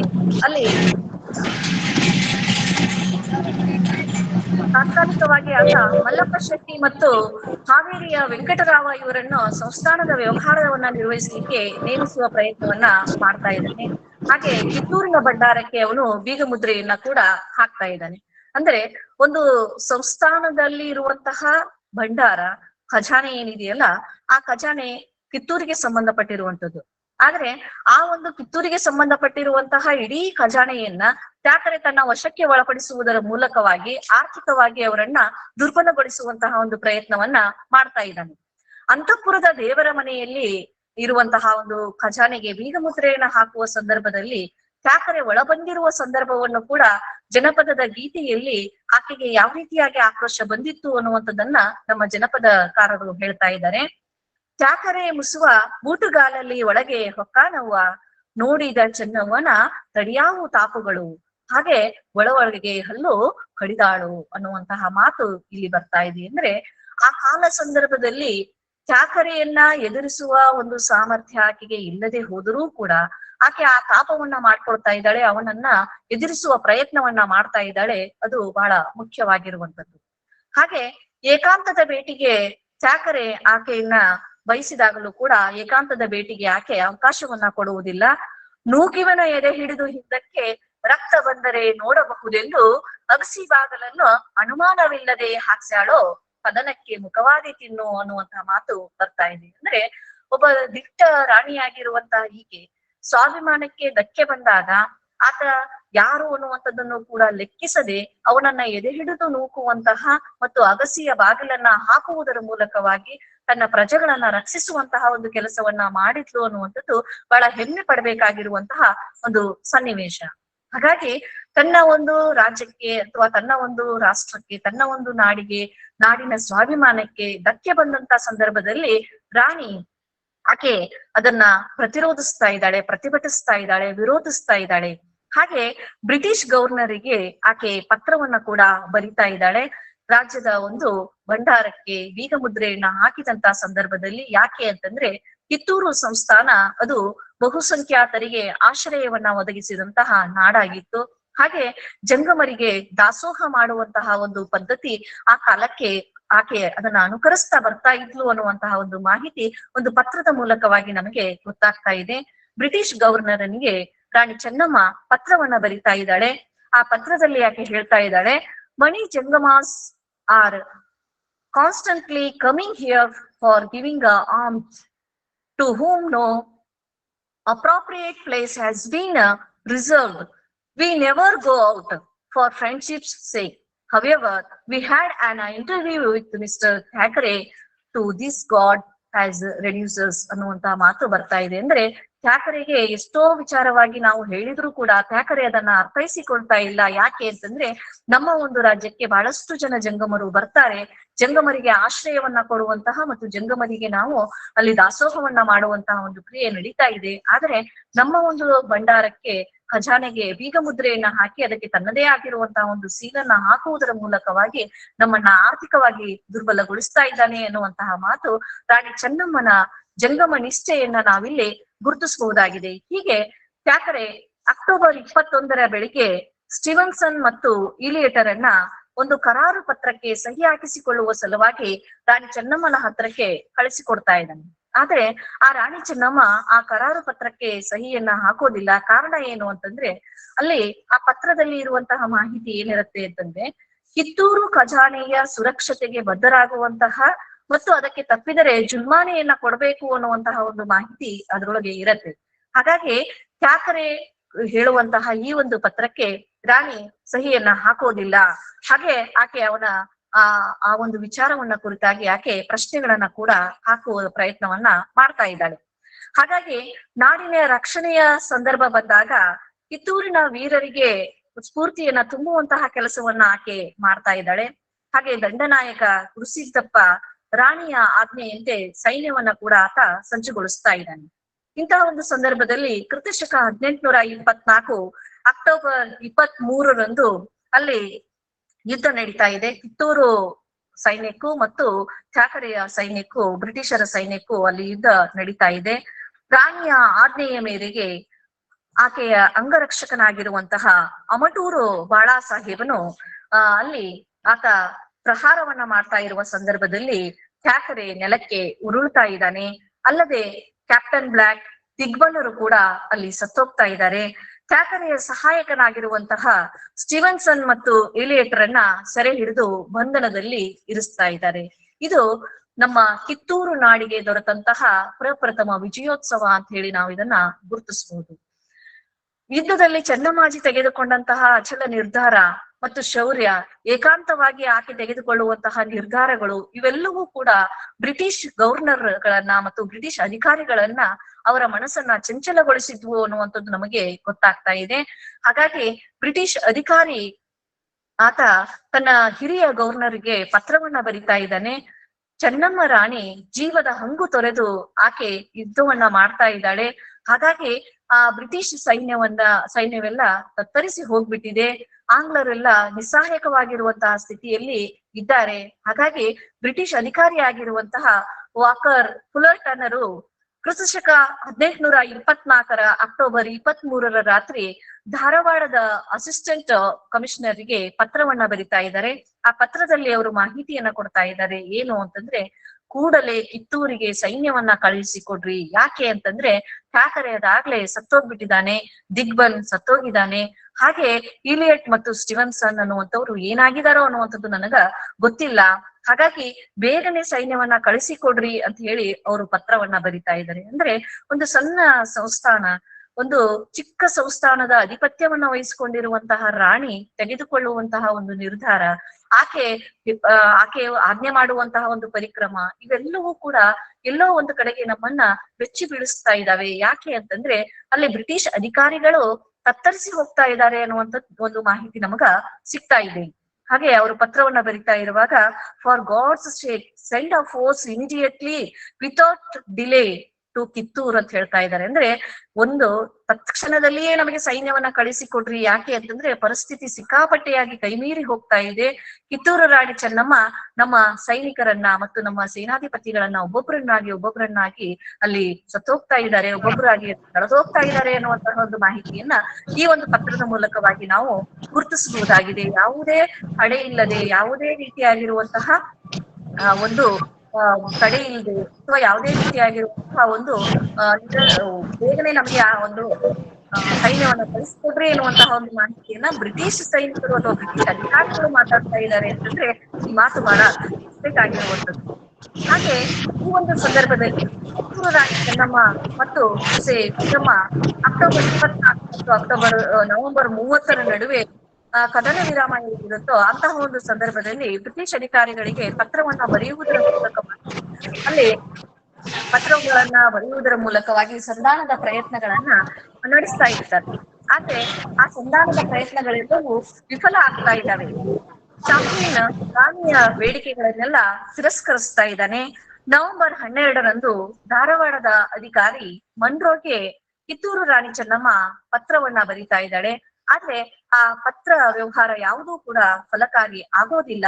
ಮನ್ರೋ ಒಪ್ಪಂದದ ಪ್ರಕಾರ ಕಿತ್ತೂರಿನವರು ಒಳ ಆಡಳಿತದಲ್ಲಿ ಸ್ವತಂತ್ರರು. ಆದ್ರೆ ಈ ವಾದವನ್ನ ಅಥವಾ ಈ ಮಾತನ್ನ ಬ್ರಿಟಿಷ್ ಅಧಿಕಾರಿಗಳು ಮೀರ್ತಾ ಇದ್ದಾರೆ.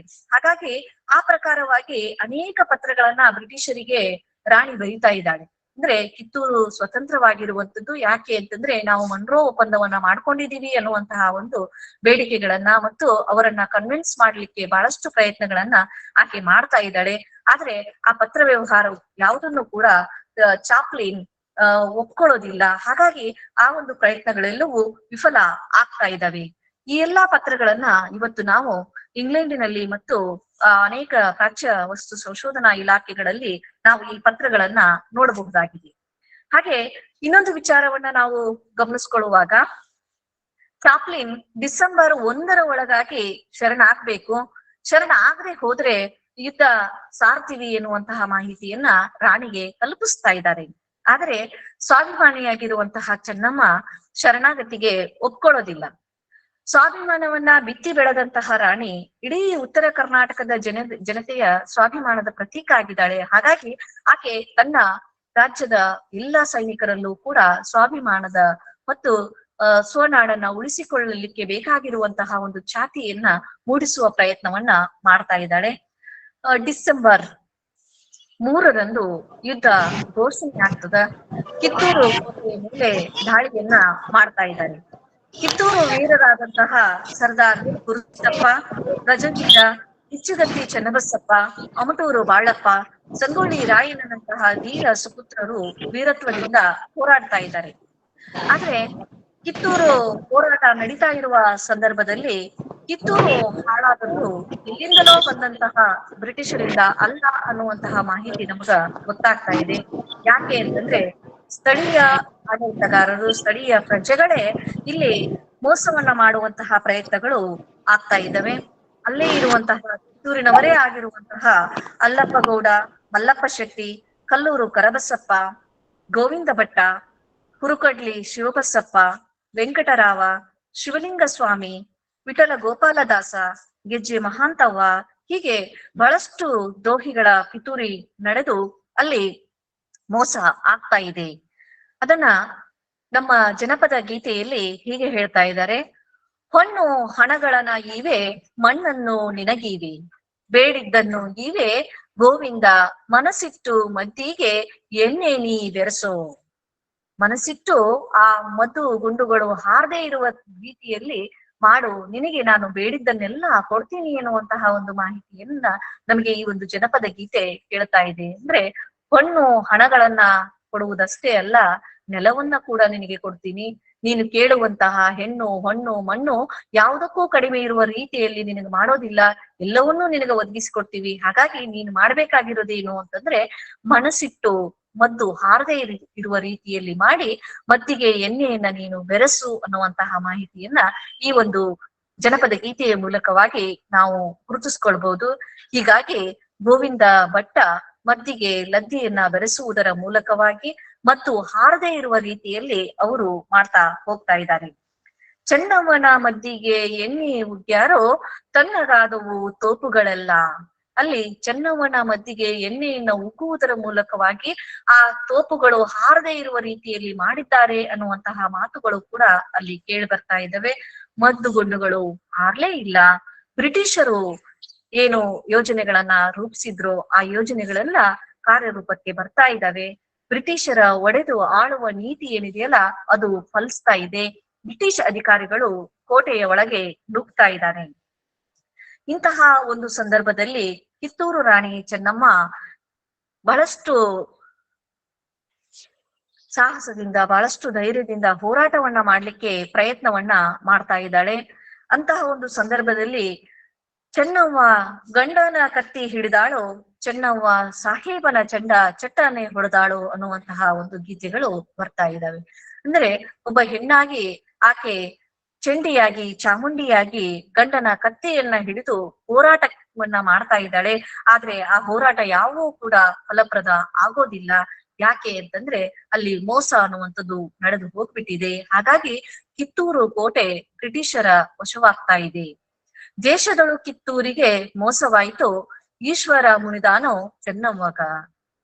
ಬಾಲೆ ಚೆನ್ನವ್ವನು ಬಲೆಯೊಳಗೆ ಸಿಕ್ಕಳು, ಇಲ್ಲೇ ಕೊಟ್ಟಾರೋ ಫಿರಂಗಿಯರಿಂದು ಅನ್ನುವಂತಹ ಮಾತು ನಮ್ಮ ಜನಪದ ಗೀತೆಯಲ್ಲಿ ಬರ್ತಾ ಇದೆ. ಹೀಗಾಗಿ ಬ್ರಿಟಿಷ್ ಕರ್ನಲ್ ಡಿಕನ್, ಕರ್ನಲ್ ವಾಕರ್ ಇವರ ನೇತೃತ್ವದಲ್ಲಿ ಕಿತ್ತೂರು ಕೋಟೆ ವಶವಾಗ್ತಾ ಇದೆ. ಹಾಗೆ ಆಕೆ ಸಂಗೊಳ್ಳಿ ಮಾರ್ಗವಾಗಿ ರಾಣಿ ಚೆನ್ನಮ್ಮ ಹೋಗ್ತಾ ಇರುವಂತಹ ಒಂದು ಸಂದರ್ಭದಲ್ಲಿ ರಾಣಿ ಚೆನ್ನಮ್ಮನನ್ನ ಹಾಗೂ ಅವರ ಸೊಸೆ ಈರವ್ವ, ಜಾನಕಿಬಾಯಿ ಇವರೆಲ್ಲರನ್ನು ಕೂಡ ಬಂಧಿಸಿ ಬೈಲಹೊಂಗಲದಲ್ಲಿ ಇಡಲಾಗ್ತಾ ಇದೆ. ಆದ್ರೆ ಬೈಲಹೊಂಗಲಕ್ಕೆ ಕರೆದೊಯ್ತಾ ಇರುವಂತಹ ಸಂದರ್ಭದಲ್ಲಿ ತನ್ನೂರಿನ ಕೋಟೆಯನ್ನ ಆಕೆ ತಿರುಗಿ ನೋಡುವಂತಹ ಒಂದು ಸಂದರ್ಭ. ತನ್ನ ನಾಡು, ತನ್ನ ಕಿತ್ತೂರು, ತನ್ನ ರಾಷ್ಟ್ರ, ತನ್ನ ಇಡೀ ಒಂದು ಕೌಟುಂಬಿಕ ವಲಯವನ್ನ, ಇಡೀ ರಾಜ್ಯವನ್ನ ಬಿಟ್ಟು ಹೋಗ್ಬೇಕಾದಾಗ ರಾಣಿ ಚೆನ್ನಮ್ಮನಿಗೆ ಹಾಗೂ ಅವರ ಸೊಸೆಯಂದಿರಿಗೆ ಆದಂತಹ ನೋವನ್ನು ಕೂಡ ನಾವು ನೋಡಬಹುದು. ಹಾಗೆ ರಾಣಿ ಚೆನ್ನಮ್ಮ ಸೊಸೆ ಈರವ್ವನ ಕುರಿತಾಗಿ ಇದ್ದಂತಹ ಒಂದು ಲಾವಣಿಯನ್ನ ನಾವಿಲ್ಲಿ ನೋಡಬಹುದು. ಕಿತ್ತೂರ ಚೆನ್ನವ್ವ ಕಿತ್ತೂರ ಬಿಡವಳ್ಳು, 700 ಎಮ್ಮೆ ಎಳೆಗಾರ ಹೊಡಕೊಂಡು. ಹೊಂಗಲದ ಹಾದಿ ಹಿಡಿದಾಳಯ್ಯ, ಹೊಂಗಲ ಬಂದು ಹೊಗತಾಳವ್ವ. ಈ ಹಾಡನ್ನ ಅಥವಾ ಇಂತಹ ಒಂದು ಲಾವಣಿಗಳನ್ನ ನಾವು ನೋಡಿದಾಗ ಕಿತ್ತೂರು ಚೆನ್ನಮ್ಮನಿಗೆ ಮಾನಸಿಕವಾಗಿ ಆದಂತಹ ಘಾಸಿ, ಮಾನಸಿಕವಾಗಿ ಆದಂತಹ ಒಂದು ಸಂಕಟವನ್ನ ನಾವಿಲ್ಲಿ ನೋಡಬಹುದು. 700 ಎಮ್ಮೆಯನ್ನ ಹೊಡ್ಕೊಂಡು, ಎಳಗರವನ್ನ ಹೊಡ್ಕೊಂಡು ಆಕೆ ಎಲ್ಲಿ ಹೋಗ್ತಾ ಇದ್ದಾಳೆ ಅಂತಂದ್ರೆ ಬೈಲಹೊಂಗಲಕ್ಕೆ ಹೋಗ್ತಾ ಇದ್ದಾಳೆ. ಆಕೆಯನ್ನ ಬೈಲಹೊಂಗಲದ ಒಂದು ಬಂಧನದಲ್ಲಿ, ಗೃಹ ಬಂಧನದಲ್ಲಿ ಇರಿಸುವ ಪ್ರಯತ್ನಗಳನ್ನ ಮಾಡ್ತಾ ಇದ್ದಾರೆ. ಹಾಗಾಗಿ ಆಕೆಯನ್ನ ಕರ್ಕೊಂಡು ಹೋಗಿ ಬೈಲಹೊಂಗಲದಲ್ಲಿ ಗೃಹ ಬಂಧನದಲ್ಲಿ ಇರಿಸಿದ ಸಂದರ್ಭದಲ್ಲಿ 5 ವರ್ಷಗಳ ಕಾಲ ಸೆರೆಮನೆಯಲ್ಲಿಯೇ ಇದ್ದು ನಂತರದಲ್ಲಿ ರಾಣಿ ಶಿವಾಧೀನ ಆಗ್ತಾ ಇದ್ದಾಳೆ. ಅದೇ ಒಂದು ಸಂದರ್ಭದಲ್ಲಿ ಕಿತ್ತೂರು ರಾಣಿ ಚೆನ್ನಮ್ಮನ ಸೊಸೆಯಾಗಿರುವಂತಹ ವೀರಮ್ಮನನ್ನ ಬೈಲಹೊಂಗಲದ ಕೋಟೆಯಿಂದ ಆಕೆಯನ್ನ ಮತ್ತೆ ಕುಸುಗಲ್ಲಿನ ಕಿಲ್ಲೆಗೆ ಒಯ್ತಾ ಇದ್ದಾರೆ. ನಂತರದಲ್ಲಿ ಕುಸುಗಲ್ಲಿನ ಕಿಲ್ಲೆಯಿಂದ ಆಕೆಯನ್ನ ನಂತರದಲ್ಲಿ ಧಾರವಾಡಕ್ಕೆ ಕರ್ಕೊಂಡು ಹೋಗ್ತಾ ಇದ್ದಾರೆ. ಹೀಗಾಗಿ ಇಂತಹ ಒಂದು ಸಂದರ್ಭಗಳನ್ನ ನಾವು ಗುರುತಿಸ್ಕೊಳ್ಳುವಾಗ ಅಲ್ಲಿ ಕುಸುಗಲ್ಲಿನಲ್ಲಿ ಇದ್ದಂತಹ ಸಂದರ್ಭದಲ್ಲಿ ರಾಣಿ ಈರಮ್ಮನಿಗೆ ಮತ್ತು ರಾಣಿ ರಾಣಿ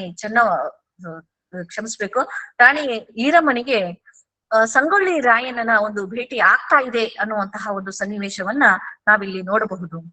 ಹಡೆದವ್ವ ನಿನ್ನ ಪಾದ ಹಿಡಿದು ಹೇಳ್ತೀನಿ ನಾನು, ಕೊಡವಿಪತಿ ನಮ್ಮ ತಂದಿ ಅಡಿಗ್ಯಾನೋ ಅನ್ನುವಂತಹ ಮಾತನ್ನ ಸಂಗೊಳ್ಳಿ ರಾಯಣ್ಣ ಹೇಳುವ ಮೂಲಕವಾಗಿ ರಾಜ್ಯ ಸ್ವತಂತ್ರವಾಗುವಂತಹ ಒಂದು ಕನಸನ್ನ, ಒಂದು ಆಶಾಕಿರಣವನ್ನ ಮೂಡಿಸುವ ಪ್ರಯತ್ನವನ್ನ ಮಾಡ್ತಾ ಇದ್ದಾನೆ, ಅವರನ್ನ ಸಂತೈಸ್ತಾ ಇದ್ದಾನೆ. ಹೀಗಾಗಿ ಸಂಗೊಳ್ಳಿ ರಾಯಣ್ಣನಿಗೆ ಸಹಾಯ ಮಾಡಿದ್ಲು ಅನ್ನುವಂತಹ ಒಂದು ಕಾರಣದಿಂದಾಗಿಯೇ ರಾಣಿ ವೀರಮ್ಮನನ್ನ ಅಲ್ಲಿಂದ ಕರೆದುಕೊಂಡು ನಂತರದಲ್ಲಿ ಧಾರವಾಡಕ್ಕೆ ಕರೆದುಕೊಂಡು ಹೋಗ್ತಾ ಇದ್ದಾರೆ ಅನ್ನುವಂತಹ ಒಂದು ಸಂಗತಿ ನಮಗೆ ತಿಳಿದು ಬರ್ತಾ ಇದೆ. ಹೀಗಾಗಿ ವೀರರಾಣಿ ಚೆನ್ನಮ್ಮ ಮತ್ತು ವೀರರಾಣಿಯ ಸೊಸೆಯಂದರಾಗಿರುವಂತಹ ಈರಮ್ಮ, ಜಾನಕಿಬಾಯಿ, ಹೀಗೆ ಇವರೆಲ್ಲರೂ ಕೂಡ ಬಂದಿಖಾನೆಯಲ್ಲಿ ಇದ್ದುಕೊಂಡೇ ತಮ್ಮ ನಾಡು ಸ್ವತಂತ್ರವಾಗುವಂತಹ ಕನಸನ್ನ ಕಂಡಂತವರು, ಹಾಗೆ ರಾಯಣ್ಣನಿಗೆ ಸಹಾಯಧನವನ್ನ ನೀಡಿದಂತವರು, ತಮ್ಮ ನಾಡು ಗೆಲ್ಲಲಿಕ್ಕೆ ಪ್ರಯತ್ನವನ್ನ ಮಾಡುವಂತವರಿಗೆ ಸಹಾಯ ಸಹಕಾರವನ್ನ ನೀಡಿದಂತವರು. ಹಾಗಾಗಿ ಈ ಎಲ್ಲಾ ಚಟುವಟಿಕೆಗಳನ್ನ ನಾವು ಗಮನಿಸ್ಕೊಳ್ಳುವಾಗ ಕಿತ್ತೂರು ರಾಣಿ ಚೆನ್ನಮ್ಮ ಶಿವಾಧೀನ ಆಗ್ತಾ ಇದ್ದಾಳೆ.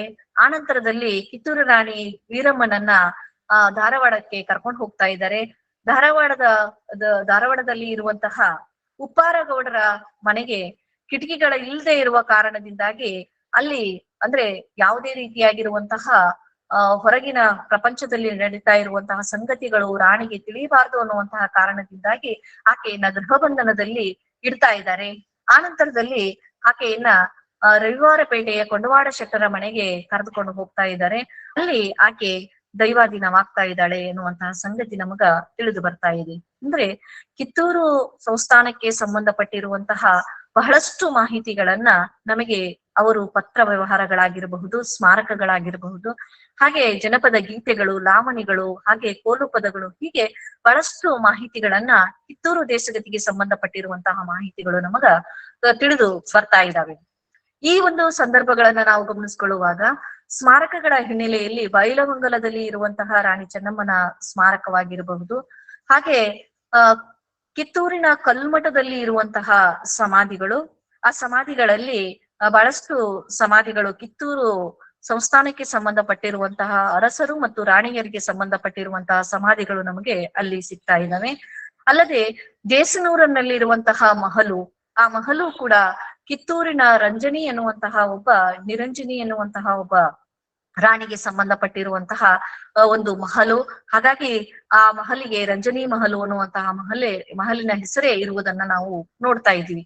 ಈ ಎಲ್ಲವುಗಳು ಕೂಡ ಮತ್ತೆ ಕಿತ್ತೂರಿನಲ್ಲಿ ಇರುವಂತಹ ಕೋಟೆ, ಆ ಕೋಟೆಯಲ್ಲಿ ಇರುವಂತಹ ಅಳೆದುಳಿದಂತಹ ಅವಶೇಷಗಳು ಇವತ್ತೇನಿದಾವೋ ಅವೆಲ್ಲವೂ ಕೂಡ ಕಿತ್ತೂರು ಸಂಸ್ಥಾನದ, ಕಿತ್ತೂರು ದೇಶಗತಿಯ ಸಂಭ್ರಮದ, ಆ ಕಾಲದ ಒಂದು ಸಂಭ್ರಮಕ್ಕೆ ಸಾಕ್ಷಿಯಾಗಿ ಅವು ನಿಲ್ತಾ ಇದ್ದಾವೆ ಅನ್ನೋದನ್ನ ನಾವು ಗುರುತಿಸ್ಕೊಳ್ಬಹುದು. ಅಷ್ಟೇ ಅಲ್ಲದೆ ಇವತ್ತಿಗೂ ಕೂಡ ಧಾರವಾಡದ ರವಿವಾರಪೇಟೆಯ ಕೊಂಡವಾಡ ಶೆಟ್ಟರ ಮನೆಯ ಬಲಭಾಗದಲ್ಲಿ ಇರುವಂತಹ ಹಸಿರು ಬಣ್ಣದಲ್ಲಿ ಹಸಿರು ಬಣ್ಣ ಬಳದಿರುವಂತಹ ಒಂದು ಸಣ್ಣದಾಗಿರುವಂತಹ ಒಂದು ಕಟ್ಟಡ ನಮಗೆ ಸಿಗ್ತಾ ಇದೆ. ಆ ಕಟ್ಟಡವನ್ನ ಅವರು ಈರಮ್ಮನ ಸಮಾಧಿ ಅಂತಾನೆ ಗುರುತಿಸ್ತಾ ಇದ್ದಾರೆ. ಅಲ್ಲದೆ ಆ ಒಂದು ಈರಮ್ಮನ ಸಮಾಧಿ ಇರುವಂತಹ ಜಾಗ ಇವತ್ತು ಆ ಜಾಗವನ್ನ ಉಳಿಸ್ಕೊಳ್ಳಿಕ್ಕೆ ಅಲ್ಲಿರುವಂತಹ ಸಂಬಂಧಿಕರಿಗೆ ಆಗ್ತಾ ಇಲ್ಲ. ಹಾಗಾಗಿ ಅಂತಹ ಒಂದು ಸಮಾಧಿಗಳಾಗಿರಬಹುದು, ಸ್ಮಾರಕಗಳಾಗಿರಬಹುದು, ಅಥವಾ ನಮ್ಮ ಇತಿಹಾಸಕ್ಕೆ ಸಂಬಂಧಪಟ್ಟಿರುವಂತಹ ಎಲ್ಲಾ ಅವಶೇಷಗಳನ್ನ ಉಳಿಸಿಕೊಳ್ಳುವ ಪ್ರಯತ್ನಗಳನ್ನ ನಾವು ಮಾಡ್ಬೇಕಾಗಿದೆ. ಹಾಗಾಗಿ ಪೇಶ್ವೆಯವರ ಕಾಲದಲ್ಲಿ ಸೈನಿಕರನ್ನ ಹುರಿದುಂಬಿಸುವ ಸಲುವಾಗಿ ಪೋವಾಡಗಳು ಏನು ಹುಟ್ಕೊಂಡ್ವೋ ಅದೇ ಮಾದರಿಯಲ್ಲಿ ನಮ್ಮ ಕನ್ನಡ ಸಾಹಿತ್ಯದಲ್ಲಿ ಲಾವಣಿಗಳು ಹುಟ್ಕೊಂಡ್ವು.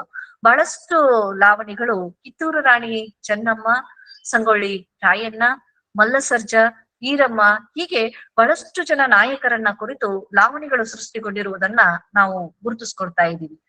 ಸರ್ಜಪ್ಪ ನಾಯಕ ಸೋತರು, ಕಿತ್ತೂರು ಚೆನ್ನಮ್ಮ ಮಡಿದರು, ಶ್ರೀರಂಗಪಟ್ಟಣದ ಕೋಟೆ ನೆಲಸಮ ಆದರೂ ವೀರಕಾವ್ಯಗಳು ನಡೀಲೇಬೇಕು ಅನ್ನುವಂತಹ ಮಾತು ನಮ್ಮಲ್ಲಿ ಇವತ್ತಿಗೂ ಕೂಡ ಪ್ರಚಲಿತದಲ್ಲಿ ಇರೋದನ್ನ ನಾವು ನೋಡ್ತಾ ಇದ್ದೀವಿ.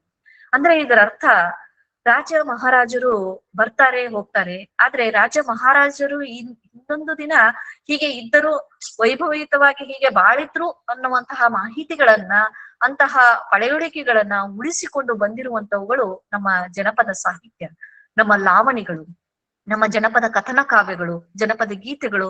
ಹೀಗಾಗಿ ಅವೆಲ್ಲವುಗಳ ಮೂಲಕವಾಗಿ ಜನಪದ ಗಾದೆಗಳು ಕೂಡ ಉಳ್ಕೊಂಡಿದ್ದಾವೆ. ಹಾಗಾಗಿ ಈ ಎಲ್ಲವುಗಳು ಕೂಡ ನಮ್ಮ ಅಳಿದು ಹೋದಂತಹ ಸಂಸ್ಕೃತಿಯ, ಅಳಿದು ಹೋದಂತಹ ಸಂಸ್ಥಾನದ ವೈಭವದ ಗತಕಾಲದ ಇತಿಹಾಸಗಳೆಲ್ಲವನ್ನು ಕೂಡ ಅವು ಬೆಳಕು ಚೆಲ್ಲಿಕ್ಕೆ ಕಾರಣೀಭೂತ ಆಗ್ತಾ ಇದ್ದಾವೆ ಅನ್ನೋದನ್ನ ನಾವಿಲ್ಲಿ ಗುರುತಿಸ್ಕೋಬಹುದು. ಹಾಗಾಗಿ ಕಿತ್ತೂರು ರಾಣಿ ಚೆನ್ನಮ್ಮ ವೀರತ್ವದಿಂದ ಮೆರೆದಂತಹ ಸಂಗತಿಗಳನ್ನ ನಾವು ಲಾವಣಿಗಳಲ್ಲಿ ಗುರುತಿಸ್ಕೊಳ್ಳಿಕ್ಕೆ ಸಾಧ್ಯ ಆಗ್ತಾ ಇದೆ ಅನ್ನುವಂಥದ್ದನ್ನ ನಾವು ನೋಡ್ಬೋದು. ಹಾಗಾಗಿ ಇಡೀ ಒಂದು ಸಂಸ್ಥಾನದ ಚರಿತ್ರೆಯನ್ನ ನಾವು ಅವಲೋಕನ ಮಾಡ್ತಾ ಹೋಗುವಾಗ ಬಹಳಷ್ಟು ಜನ ಮಹಿಳೆಯರು ಅಲ್ಲಿ ರಾಜ್ಯಭಾರ ಮಾಡಿರುವಂತಹ ಒಂದು ಸಂಗತಿ ನಮಗ ಕಂಡು ಬರ್ತಾ ಇದೆ.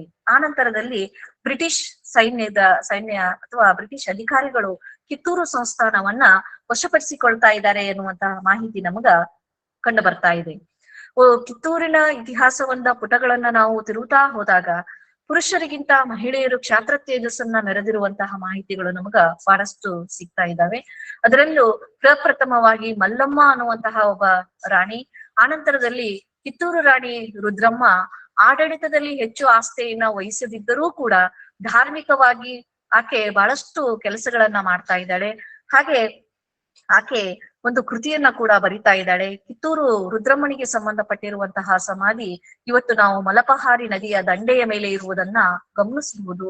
ಹಾಗಾಗಿ ಇಂತಹ ಭವ್ಯತೆಯನ್ನ ಮೆರೆದಂತಹ ಸಂಸ್ಥಾನದ ಪಳೆಯುಳಿಕೆಗಳು ಅಥವಾ ಅವಶೇಷಗಳು ಇವತ್ತು ಏನಿದಾವೋ ಅವೆಲ್ಲವುಗಳನ್ನ ಉಳಿಸಿಕೊಳ್ಳುವಂತಹ ಪ್ರಯತ್ನವನ್ನ ಸರ್ಕಾರ ಮಾಡ್ಬೇಕಾಗಿದೆ. ಸರ್ಕಾರ ಅಷ್ಟೇ ಅಲ್ಲ, ಸರ್ಕಾರದ ಜೊತೆಗೆ ನೀವುಗಳು ಕೂಡ ಎಚ್ಚೆತ್ತುಕೊಳ್ಳುವುದರ ಮೂಲಕವಾಗಿ ಅವುಗಳನ್ನ ಸಂರಕ್ಷಿಸುವಂತಹ ಒಂದು ಪ್ರಯತ್ನಗಳನ್ನ ನೀವುಗಳು ಮಾಡ್ಬೇಕಾಗಿದೆ ಅನ್ನುವಂತಹ ಒಂದು ಮಾಹಿತಿಯನ್ನ ಹೇಳ್ತಾ ಇಷ್ಟು ವಿಷಯಗಳನ್ನ ತಮ್ಮೊಂದಿಗೆ ಹಂಚಿಕೊಳ್ಳಿಕ್ಕೆ ಅವಕಾಶವನ್ನ ಮಾಡಿಕೊಟ್ಟಿರುವಂತಹ ಈ ಅಕ್ಕನ ಅರಿವು ಮತ್ತು ವಚನಾಧ್ಯಯನ ವೇದಿಕೆ ಹಾಗೂ ವಚನ ತಿಳುವಳಿಕೆ ಕೇಂದ್ರ ಏನಿದೆಯೋ ಈ ಎಲ್ಲಾ ಕೇಂದ್ರಗಳಿಗೆ ನಾನು ನನ್ನ ಒಂದು ನಮಸ್ಕಾರಗಳನ್ನ ಸಲ್ಲಿಸ್ತಾ ಒಂದು ದೊಡ್ಡ ಸಂಸ್ಥಾನದ ಮಾಹಿತಿಗಳನ್ನ ನನ್ನ ಅಧ್ಯಯನದ ಮಿತಿಗೆ ಒಳಪಟ್ಟಷ್ಟು ನನಗೆ ಎಷ್ಟು ಮಾಹಿತಿಯನ್ನ ಸಂಗ್ರಹಿಸ್ಲಿಕ್ಕೆ ಸಾಧ್ಯ ಇದೆಯೋ ಅಷ್ಟೇ ಮಾಹಿತಿಗಳನ್ನ ತಮ್ಮೊಂದಿಗೆ ಹಂಚಿಕೊಳ್ಳುವಂತಹ ಒಂದು ಸಣ್ಣ ಪ್ರಯತ್ನವನ್ನ ಮಾಡಿದ್ದೀನಿ ಎನ್ನುವಂತಹ ಮಾತನ್ನ ಹೇಳ್ತಾ ನನ್ನ ಮಾತುಗಳನ್ನ ಮುಗಿಸ್ತೀನಿ. ಧನ್ಯವಾದಗಳು ಮೇಡಮ್. ಕಿತ್ತೂರಿನ ದೇಶಗತಿಯ ಬಗ್ಗೆ ಅತ್ಯಂತ ವಿವರವಾಗಿ ಎಳೆಯಾಗಿ ಅನೇಕ ಒಳಹರವುಗಳನ್ನ ತಾವು ಬಿಚ್ಚಿಟ್ರಿ. ವೇದಿಕೆ ಪರವಾಗಿ ತಮಗೆ ಅನಂತ ಶರಣಾರ್ಥಿಗಳನ್ನ ನಾನು ತಿಳಿಸ್ತಾ ಒಂದು ಅತ್ಯದ್ಭುತವಾಗಿರುವಂತಹ ವಿಚಾರ ಚಿಂತನೆಯನ್ನ ಮಂಡಿಸಿದಕ್ಕೆ ಧನ್ಯವಾದಗಳನ್ನ ತಮಗೆ ತಿಳಿಸ್ತಾ ಈಗ ಮಾರ್ಗದರ್ಶನದ ನುಡಿಗಳನ್ನ ಸರ್ ಫ್ರೀ ಇದ್ರೆ ಮಾತನಾಡ್ಬೋದಾ ಅಂತ ಕೇಳ್ತಾ ಇದೀನಿ. Doctor Shashikant Pattan sir. ಶರಣಾರ್ಥಿ. ಕಿತ್ತೂರು ಇತಿಹಾಸದ ಸತ್ಯ ಸಂಗತಿಗಳು, ಕಿತ್ತೂರು ಇತಿಹಾಸದ ಮೇಲೆ ಹೊಸ ಬೆಳಕನ್ನು ಚೆಲ್ತಕ್ಕಂಥ ಕೆಲವು ಅಂದ್ರೆ ಕರ್ನಾಟಕದ ಇತಿಹಾಸಕಾರರು, ಪ್ರಾಚ್ಯ ವಸ್ತು ಇಲಾಖೆಯ ಕೆಲವರೊಳಗ ಒಂದು ಬೆರಳಿಕೆಯ ವ್ಯಕ್ತಿಯೊಳಗ ನಮ್ಮ ಸುಮಂಗಲ ಭೇಟಿಯವರು ಅಂತಂದ್ರೆ ತಪ್ಪಾಗ್ಲಿಕ್ಕಿಲ್ಲ. ನಾನು ಷಡ್ವೀರಪ್ಪ ಶೆಟ್ಟರ್ ಅವರ ನಂತರ ಒಗ್ಗರ್ ಅಂತೇಳಿ ಇಲ್ಲಿ ನರಗುಂದ ಕಾಲೇಜೊಳಗೆ ಇತಿಹಾಸ ಪ್ರಾಧ್ಯಾಪಕರು, ಕನ್ನಡ ಪ್ರಾಧ್ಯಾಪಕರಿದ್ರು ಕೂಡ ಇದೆ. ಅಲ್ಲಿ ಕರ್ನಾಟಕದ ರಾಣಿಯರ ಬಗ್ಗೆ ಮತ್ತು ಕಿತ್ತೂರು ದೇಶಗತಿಯ ಬಗ್ಗೆ ವಿಶೇಷವಾದಂಥ ಅಧ್ಯಯನವನ್ನು ಕಂಡುಕೊಂಡ್ರು. ನಾನು ಕಳೆದ 20 ವರ್ಷಗಳ ಮೇಲೆ ಕಿತ್ತೂರು ಇತಿಹಾಸವನ್ನ, ಬೆಳವಡಿ ಇತಿಹಾಸವನ್ನ ಓದ್ತಾ ಅದು ಎಷ್ಟೊಂದು ಗೊಂದಲಮಯ ಅಂತ ಅನಿಸ್ತದೆ. ಅಂದ್ರೆ ಕಿತ್ತೂರು ಇತಿಹಾಸದ ಬಗ್ಗೆ ಓದೋದು ಬಿಡಬೇಕು ಅಥವಾ ಈ ಕನ್ಫ್ಯೂಷನ್ ಇಷ್ಟ್ಯಾಕ್ ಮಾಡ್ತಾರ ಅಂತಕ್ಕಂಥ ಒಂದು ಅಭಿಮತಕ್ಕೆ ಬಂದಾಗ ಕಿತ್ತೂರು ಇತಿಹಾಸದ ಬಗ್ಗೆ ಕರ್ನಾಟಕ ವಿಶ್ವವಿದ್ಯಾಲಯ ಪ್ರಕಟ ಮಾಡಿದಂಥ ಒಂದು ಕಿತ್ತೂರು ಇತಿಹಾಸ ಮಾಲಿಕೆ, ಅದರ ಡಾಕ್ಟರ್ ವಿ.ಜಿ. ಮಠದವರು, ವಿ.ಜಿ. ಮಾರ್ಯಾಳ್ ಅವರು, ಆಮೇಲೆ ಎಸ್ ಒಡೆಯರ್ ಅವರು, ಷಡ್ವೀರಪ್ಪ ಶೆಟ್ಟರ್, ಷಡಕ್ಷರಿ ಶೆಟ್ಟರ್ ಅವರು, ಸಾಕಷ್ಟು ಇತಿಹಾಸ ತಜ್ಞರು ಅದ್ರ ಬಗ್ಗೆ ಒಮ್ಮತವನ್ನು ಮೂಡಿಸ್ಲಿಕ್ಕೆ ಆಗ್ತಿದ್ದಿಲ್ಲ. ಮೂಲತಃ ಕಿತ್ತೂರು ಯಾಕೆ ಬಂತು, ಕಿತ್ತು ಬಂದ ಊರು ಕಿತ್ತೂರು, ಅದು ಗಿಜಗನಹಳ್ಳಿ. ಅಲ್ಲಪ್ಪಗೌಡ ದೇಸಾಯಿ ಸಂಪಂಗದಿಂದ ಇಲ್ಲಿ ಕೋಟೆ ಕಟ್ಟಿ ಹೊಳೆ ಬರ್ಬೇಕಾದ್ರೆ ಒಂದು ಗಿಜಗ ಅವನು ಬೆಣ್ಣೆ ಹಚ್ಚಿತು, ಅದಕ್ಕೆ ಕಿತ್ತು ಬಂದ ಊರು ಕಿತ್ತೂರು ಅಂತಕ್ಕಂಥದ್ದಾಗ್ಲಿ. ಮತ್ತು ಮೂಲತಃ ಅವರು ಪಟ್ಟಣ ಶೆಟ್ಟಿ ಅಂತಕ್ಕಂಥ ಮನೆತನ ಅವ್ರದ್ದು, ಏನು ಹಿರೇಮಲ್ಲ ಶೆಟ್ಟಿ ಚಿಕ್ಕಮಠ ಪಟ್ಟಣ ಶೆಟ್ಟಿ. ಈ ಇತಿಹಾಸದೊಳಗೆ ಒಬ್ಬ ಪ್ರತಾಪರುದ್ರನಾಗ್ಲಿ, ಶಿವಲಿಂಗ ರುದ್ರ ಸರ್ಜನ ತಮ್ಮನಾಗ್ಲಿ ಒಬ್ಬ ಮುಸಲ್ಮಾನ್ ಮಹಿಳೆಯನ್ನು ಮದುವೆಯಾಗಿ ಅವಳಿಗೆ ಲಿಂಗ ದೀಕ್ಷೆಯನ್ನು ಕೊಡಿಸಿ ಅವಳಿಗೆ ದೇಶನೂರೊಳಗೆ ಕಂದಾಯ ಗ್ರಾಮ ಅಲ್ಲಿ ಇಟ್ಟಿರ್ತಾನ. ಅದೇ ರೀತಿಯಾಗಿ ಕಿತ್ತೂರ ಸಂಸ್ಥಾನ ಆಂತರಿಕ ಕದನ, ಆಂತರಿಕ ಕಲಹಕ್ಕ ಅಲ್ಲಿ ತುತ್ತಾಯಿತು. ಅಲ್ಲಿ ಮಾಸ್ತಿ ಮರಡಿ ಮತ್ತು ಮೇಕಲ್ ಮರಡಿ ಬೇರೆ ದೇಸಾಯಿ, ಲಿಂಗನಗೌಡ ಕೋದಾನ್ಪುರ ದೇಸಾಯರು ಗೌಡರು, ಇವರಿಗೆ ಕೋದಾನ್ಪುರ ಗೌಡರು ಲಿಂಗನಗೌಡರ ಮಗನ ದತ್ತು ತಗೋಬೇಕಾಗಿರ್ತೈತಿ. ಅವ್ರು ಬೇಡ ಅಂತ ತಗೊಂಡಾಗ ಹೆಂಗಾರ ಮಾಡಿ ಸಂಸ್ಥಾನ ಹಾಳು ಮಾಡ್ಬೇಕಂತ ತಿಳ್ಕೊಂಡು ಅದು ಕಿತ್ತೂರು ಸಂಸ್ಥಾನವನ್ನು ಹಾಳು ಮಾಡಿದ್ರು. ಆಮೇಲೆ ಕಿತ್ತೂರು ಸಂಗೊಳ್ಳಿ ರಾಯಣ್ಣನನ್ನು ಕೂಡ ಹಿಡಿದುಕೊಳ್ತಕ್ಕಂಥ ಕೆಲಸವನ್ನ ಮಾಡಿದ್ರು. ಹೀಗಾಗಿ ಇತಿಹಾಸದ ಸತ್ಯದ ಬೆಳಕನ್ನ ಹೊರಗೆ ಹಾಕೋದು ವಿಶೇಷವಾಗಿ ಇದು ನಾವು 500-600 ವರ್ಷದ ಇತಿಹಾಸವನ್ನ ಲೀಲಾಜಾಲವಾಗಿ ದಾಖಲಿಸ್ತಕ್ಕಂಥ ಸಂದರ್ಭದೊಳಗೆ ಕೇವಲ ಒಂದು 200 ವರ್ಷದ ಹಿಂದೆ, 200 ವರ್ಷನೂ ಆಗಂಗಿಲ್ಲ, 200 ವರ್ಷದ ಹಿಂದಿನ ಇತಿಹಾಸವನ್ನ ನಾವು ದಾಖಲಾ ಮಾಡ್ಬೇಕಾದ್ರೆ ಸಾಕಷ್ಟು ಗೊಂದಲಕ್ಕೆ ಒಳಗಾಕಿವೆ.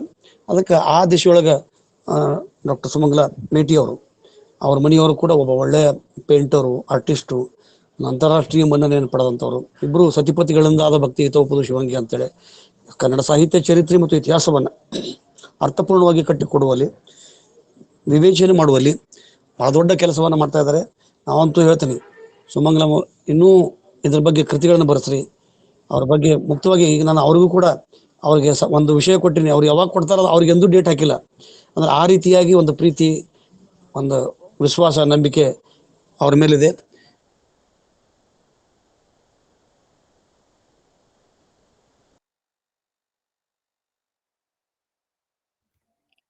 ಸರ್ ವಾಯ್ಸ್ ಕೇಳಿಸ್ತಾ ಇಲ್ಲ ಸರ್. ಇಡೀ ದಾಖಲೆಗಳನ್ನು ಸುಟ್ಟು ಹಾಕಿದ. ಅಷ್ಟೇ ಅಲ್ಲ, ಅಲ್ಲಿರ್ತಕ್ಕಂಥ ಕಂಬಗಳನ್ನ 3000 ಮಠ ಮತ್ತು ಅಂಕಲಿಗೆ ಅಡಿಯಪ್ಪನ ಮಠಕ್ಕೆ ಹೋಗಿ ಅಲ್ಲಿ ಕಟ್ಟಿದ್ರು. ಇವತ್ತು 3000 ಮಠ ಮತ್ತು ಅಂಕಲಿಗೆ ಅಡಿಯಪ್ಪನ ಮಠ ನೋಡಿದಾಗ ಎರಡು ಒಂದೇ ತದ್ರೂಪದಾವ್ ಮಠಗಳು, ಅದರ ಪ್ರಾಂಗಣದೊಳಗೆ ನಿಂತು ನೋಡಿದಾಗ. ಅಂದ್ರೆ ಅದು ಹಲವಾರು ಇತಿಹಾಸ ನಮ್ಮ ಜನಪದ ಸಾಹಿತ್ಯದೊಳಗೆ ಕೂಡ ಈ ಕಿತ್ತೂರು ಬಗ್ಗೆನೇ ಬಹಳ ಮುಂಬಲ ಮರೆತಾರ. ಹಿಂಗಾಯ್ತು, ಆಕೆಗೆ ಕಿತ್ತೂರಿಗೆ ಚೆನ್ನಮ್ಮಗೆ ಮೋಸ ಮಾಡಿದ್ರು, ರುದ್ರಮ್ಮಗೆ ಮೋಸ ಮಾಡಿದ್ರು, ಸಂಸ್ಥಾನಕ್ಕೆ ಮೋಸ ಮಾಡಿದ್ರು, ಈ ರೀತಿಯಾಗಿ ಮಾಡ್ತಾರ. ನಾನು ಇನ್ನೂ ಒಂದು ವಿಶೇಷವಾಗಿ ಹೋಗಿ ಮಲ್ಲಸರ್ಜ ಆತ ತಂದು ಒಂದು ಕಲ್ಮಠದಾಗ ಸಮಾಧಿ ಮಾಡ್ಯಾರ ಅಂತ ಕೊಂಡಕ್ಕೆ ಬಹಳಷ್ಟು ಇತಿಹಾಸ ತಜ್ಞರು ದಾಖಲು ಮಾಡಿದರು. ನಾನು ಅದಕ್ಕೆ ತಪ್ಪು ಅದು ಅಲ್ಲ. ಅಲ್ಲಿ ಒಣ್ಣೂರೊಳಗೆ, ಯಾಕಂದ್ರೆ ಅವ್ನು ತೀರ್ಕೊಂಡಿದ್ದು ಅವನು ಕೂಡ ಅರಭಾವಿ ಮಠದ ಎದುರಿಗೆ ತೀರ್ಕೊಂತಾನ. ಆ ಪ್ರಾಸನ ಮಾಡಿರ್ತಾರೆ ಪೇಶ್ವೆಗಳು. ಅದನ್ನು ತಂದು ಒಣ್ಣೂರೊಳಗೆ ಆತನ ಸಮಾಧಿ ಐತಿ, ಮಲ್ಲಸರ್ಜನ ಸಮಾಧಿ ಐತಿ. ಇದು ಮೊದಲನೇ ನಾನು ಕಂಡುಕೊಂಡಂಥ ಒಂದು ಹೊಸ ವಿಚಾರಗಳನ್ನು ಇಲ್ಲಿ ನಾನು ಹಂಚಿಕೊಳ್ಳಿಕ್ಕೆ ಇಷ್ಟಪಡ್ತೀನಿ. ಎರಡನೇದು ಅಂತಂದ್ರೆ, ಇದು ಸಾಗರ ಅಂತ ಆಗ್ಬಿಟ್ಟಿತ್ತು. ಸಾಗರ ಅಂದ್ರೆ ಶಿವಮೊಗ್ಗದಿಂದ ಬಂದಂಥವ್ರು, ಬಹುತೇಕ ಸಂಶೋಧಕರು ಸಾಗರದಿಂದ ಬಂದವರು, ಸಾಗರ ಕಡೆ ಶಿವಮೊಗ್ಗ ಜಿಲ್ಲೆ ಸಾಗರವರು. ಸಾಗರ ಅಂದ್ರೆ ಅಲ್ಲೇ ಐತಿ, ಬಟ್ ಅದು ಸಾಗರ ಅಲ್ಲ, ಸಗರ ನಾಡಿನವರು ಅಂತಕ್ಕಂಥದ್ದು. ಸಗರ ನಾಡು ಅಂತಂದ್ರೆ ಇಲ್ಲಿ ಮುದ್ದೇಬಿಹಾಳದ ಹಿಡ್ಕೊಂಡು ಯಾದಗಿರಿ ಮುದ್ದೇಬಿಹಾಳದ ಈ ಪ್ರದೇಶದಿಂದ ಬಂದವರು, ಚಿಕ್ಕಮಲ್ಲ ಶೆಟ್ಟಿ, ಹಿರೇಮಲ್ಲ ಶೆಟ್ಟಿ. ಆಮೇಲೆ ಇವರು ಆದಿಲ್ ಶಾಹಿಯರಿಂದ ಪ್ರಶಸ್ತಿ ಪಡೆದು ಉಂಬಳಿಯನ್ನು ಪಡೆದಂತ ಪಂಚಮ 5 ಹಳ್ಳಿಗಳನ್ನ ಉಂಬಳಿಯನ್ನು ತಗೊಂತಾರ. ಮುಕುಟ್ಖಾನ್ ಹುಬ್ಬಳಿ, ಸಂಪಗಾಂವ್, ಆ 5 ಹಳ್ಳಿಗಳನ್ನ ಇವರು ಉಂಬಳಿಯನ್ನು ತಗೊಂತಾರ. ಅಲ್ಲಿ ಆಡಳಿತ ಮಾಡ್ತಾರ. ಆಡಳಿತ ಮಾಡ್ಬೇಕಾದ್ರೆ ಸಂಪಗಾಂವ್ ಅಂತಕ್ಕಂಥದ್ದನ್ನು ಕೇಂದ್ರ ಸ್ಥಾನ ಮಾಡ್ಕೊಂತಾರ. ಮುಂದೆ ತಮ್ಮ ಪ್ರದೇಶವನ್ನ ಕಿತ್ತೂರಿಗೆ ಹಸ್ತಾಂತರ ಆಕತಿ. 1829ವರೆಗೆ ಯಾವಾಗ ಬ್ರಿಟಿಷರು ಇಡೀ ಸಂಸ್ಥಾನವನ್ನ ಸವಣೂರು ನವಾಬರಿಗೆ ಒಪ್ಪಿಸುವವರೆಗೆ ಇತಿಹಾಸವನ್ನ ಅತ್ಯಂತ ಅರ್ಥಪೂರ್ಣವಾಗಿ ಇಟ್ಕೊಂಡು ಬಂದಿದ್ರು. ಬಹಳ ನೋವಿನ ಸಂಗತಿ ಅಂತಂದ್ರೆ, ಒಂದೊಂದು ಇತಿಹಾಸ ನಾವು ಎಲ್ಲ ಕಲೆಕ್ಟರ್, ನಾವು ಇವತ್ತು ಬಹಳಷ್ಟು ಇತಿಹಾಸ ಈ ಕಿತ್ತೂರಿನ ಸುತ್ತಮುತ್ತಲಿನ ಇತಿಹಾಸವನ್ನು ನೋಡಿದಾಗ ಕೆದಕಿದಾಗ ಒಂದೊಂದು ಗೊಂದಲಗಳು ಹೇಳ್ತಾವ್.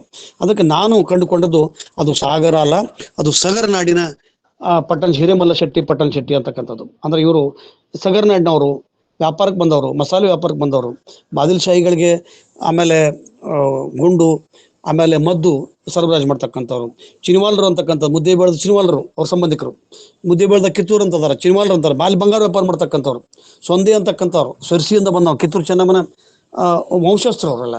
ಆದ್ರೆ ನೋವಿನ ಸಂಗತಿ ಅಂದ್ರೆ ಎಲ್ಲ ಬಿಟ್ಕೊಂಡು ಕಿತ್ತೂರು ಚೆನ್ನಮ್ಮ ನಮಗ ಅಂತ ತಿಳ್ಕೊಂಡು ಒಂದು ಉಪಪಂಗಡ ನಮ್ಮವರು ಅಂತ ತಿಳ್ಕೊಂಡು ಕೊಡೋದು ಬಹಳ ತಪ್ಪ. ಅವಾಗ ಕಿತ್ತೂರಿ ಸಂಸ್ಥಾನದ ದೇಶಗತಿಯೊಳಗೆ ಹಬಶೆ ಅಂತಕ್ಕಂಥ ನಿಗ್ರೋ ಮೂಲದವ, ಅರಬರು ಕುದುರೆ ಕೊಡ್ತಾರ, ಮರಾಠರು ಕೊಡ್ತಾರ, ಪೇಶ್ವೆಗಳು ಬರ್ತಾರ, ಎಲ್ಲರೂ ಕೂಡ ಸಹಾಯ ಮಾಡ್ತಾರ. ಹಬಶೆ ಅಂತಕ್ಕಂಥ ನಿಗ್ರೋ ಮೂಲದವ. ಆಮೇಲೆ ಸಂಗೊಳ್ಳಿ ರಾಯಣ್ಣ, ಅಮಟೂರು ಬಾಳಪ್ಪ, ಮುಸಲ್ಮಾನರವ, ಅಮಟೂರು ಬಾಳ ಸಾಹೇಬ, ಸೈದನ ಸಾಬನ ಮಗ.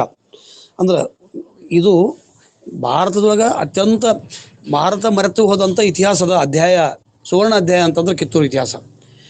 ಕಿತ್ತೂರು ದೇಶಗತಿಯ ಪರಿಪೂರ್ಣ ಚಿತ್ರಣವನ್ನು ನಾವು ಇಡಬೇಕಾದ್ರೆ ನಾವು ಹಲವಾರು ಅನಕರ ಇಡಬೇಕು. ಬಸವರಾಜ ಕಟ್ಟಿಮನಿ ಇರ್ಬೋದು, ಇವರೆಲ್ಲ ಕಾದಂಬರಿಗಳನ್ನು ತಗೊಂಡು, ಯಾಕಂದ್ರೆ ಐತಿಹಾಸಿಕ ಕಾದಂಬರಿಗಳಿಗೆ ಹತ್ತಿರವಾದಂಥ ಅಂಶಗಳಲ್ಲಿ ಸಿಗುವ ಕಾರಣದಿಂದ ಸಂಶೋಧನೆಗೆ ಉಪಯೋಗ ಆಗುವುದರಿಂದ ನನ್ನ ವಿನಂತಿ ಸಹೋದರಿ ಸುಮಂಗಲ ಅವರಿಗೆ ಇನ್ನೂ ಹೆಚ್ಚಿನ ವಿಸ್ತಾರವನ್ನು, ಕೇವಲ ಇದನ್ನ ಉಪನ್ಯಾಸಕ್ಕೆ ಮೀಸಲಾಗಿ 1 ಗಂಟೆ ನಾ ಭಾಷಣ ಮಾಡಿ ನಾನು ಕೆಲಸ ಮುಗಿಸ್ತೀನಿ ಅಂತಕ್ಕಂಥದ್ದು ಬೇಡ. ಇದನ್ನ ಒಂದು ಚಾಲೆಂಜಾಗಿ ತಗೊಳ್ರಿ.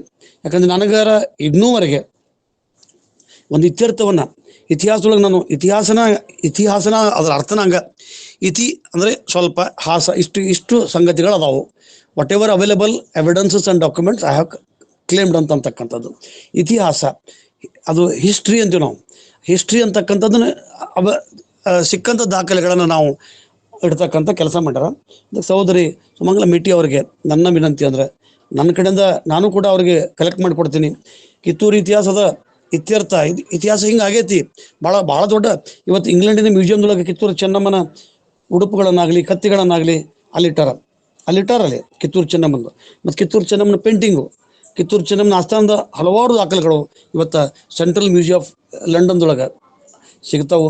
ಆ ಕಾರಣದಿಂದ ಮತ್ತು ನಾನು ಯಾಕೆ ಅದನ್ನು ಹೇಳ್ತೀನಿ ಅಂದ್ರೆ, ಶರಣ ಧರ್ಮಕ್ಕೆ ಬದ್ಧರಾದಂಥ ಇದು ಅಲ್ಲದ ಇದಕ್ಕಿಂತ ಪೂರ್ವದೊಳಗಿರ್ತಕ್ಕಂಥ ಬೆಳವಡಿ ಮಲ್ಲಮ್ಮ ಅವಳ ಲಗ್ನ ಪತ್ರ ನಾನು ಸಿಕ್ತು. ಎಷ್ಟು ಚಂದ ಅಂತಂದ್ರೆ ಬಸವಪ್ಪ ಪ್ರಣೀತ ಚಿಂತನೆ ಒಳಗೆ ಮಾಡ್ತಾಳಾಗ.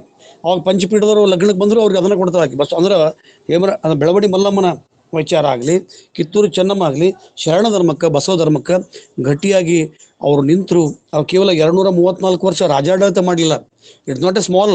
ನೀವು ಮೊಘಲರಿಗೆ 400 ವರ್ಷ 500 ವರ್ಷ ತೊಗೊಂಡಾಗ, ಅಥವಾ ಬೇರೆ ವಿಜಯನಗರ ಎಂಪರ ಒಂದು 200-300 ವರ್ಷಕ್ಕೆ ತೊಗೊಂಡಾಗ, ಕಿತ್ತೂರು ಇತಿಹಾಸ ಭಾರತದ ಇತಿಹಾಸದೊಳಗೆ ಯಾಕೆ ಗೌನ ಆಯಿತು ಅಂತಂದ್ರೆ, ಅವರು ಕನ್ನಡಿಗರು, ಅವಳು ಲಿಂಗಾಯತರಾದವರು ಕಿತ್ತೂರು ಇತಿಹಾಸವನ್ನು ಓದೋಲ್ಲ, ಲಿಂಗಾಯತರಾದವ್ರು ಬಸವಣ್ಣನ ತಿಳ್ಕೊಳಂಗಿಲ್ಲ ಅಂತಕ್ಕಂಥ ನೋವು ನನಗೈತಿ.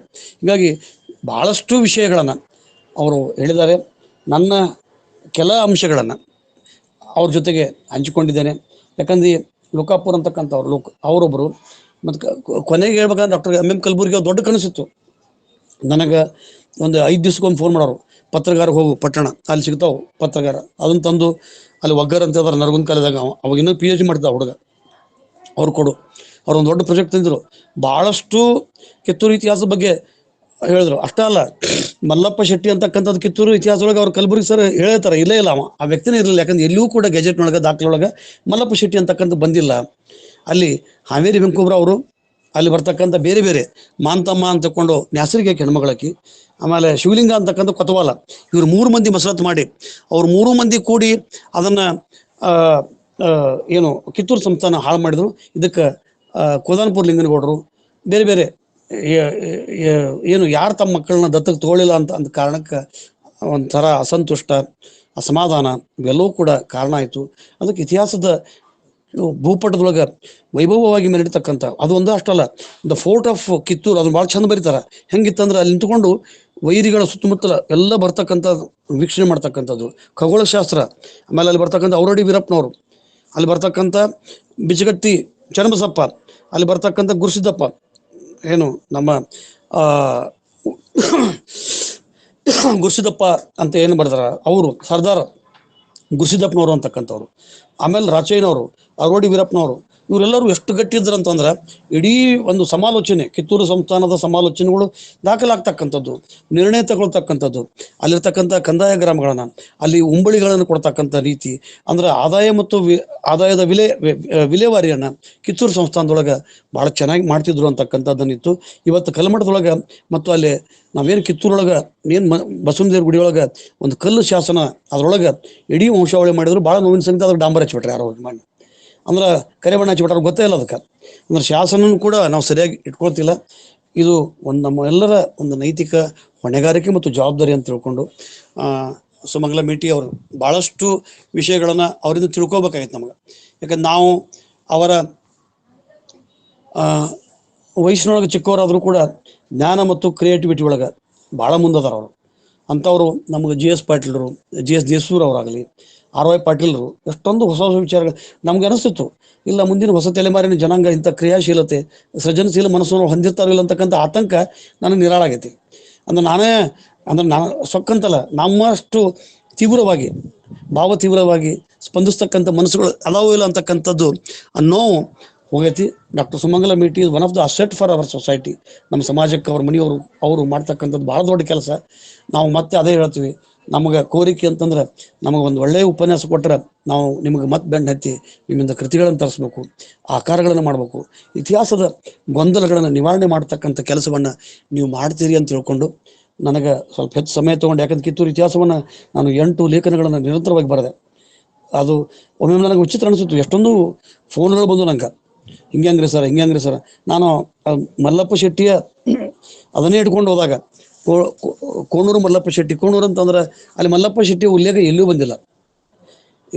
ಅಷ್ಟೇ ಅಲ್ಲ, 2ನೇ ದರ್ಜೆ ಸಿಪಾಯಿ ಆದಂಥ ಸಂಗೊಳ್ಳಿ ರಾಯಣ್ಣ ಕೂಡ ಕಿತ್ತೂರು ಚೆನ್ನಮ್ಮನ ಭೇಟಿ ಆದಾಗ ಅವ್ನು ಜೈಲಿಗೆ ಹೋದಾಗ, 1ನೇ ಯುದ್ಧದಾಗ ಅಲ್ಲ 2ನೇ ಯುದ್ಧದೊಳಗೆ ಅವ್ರು ತೊಗೊಂಡ್ರು ಅಂತಕ್ಕಂಥದ್ದು.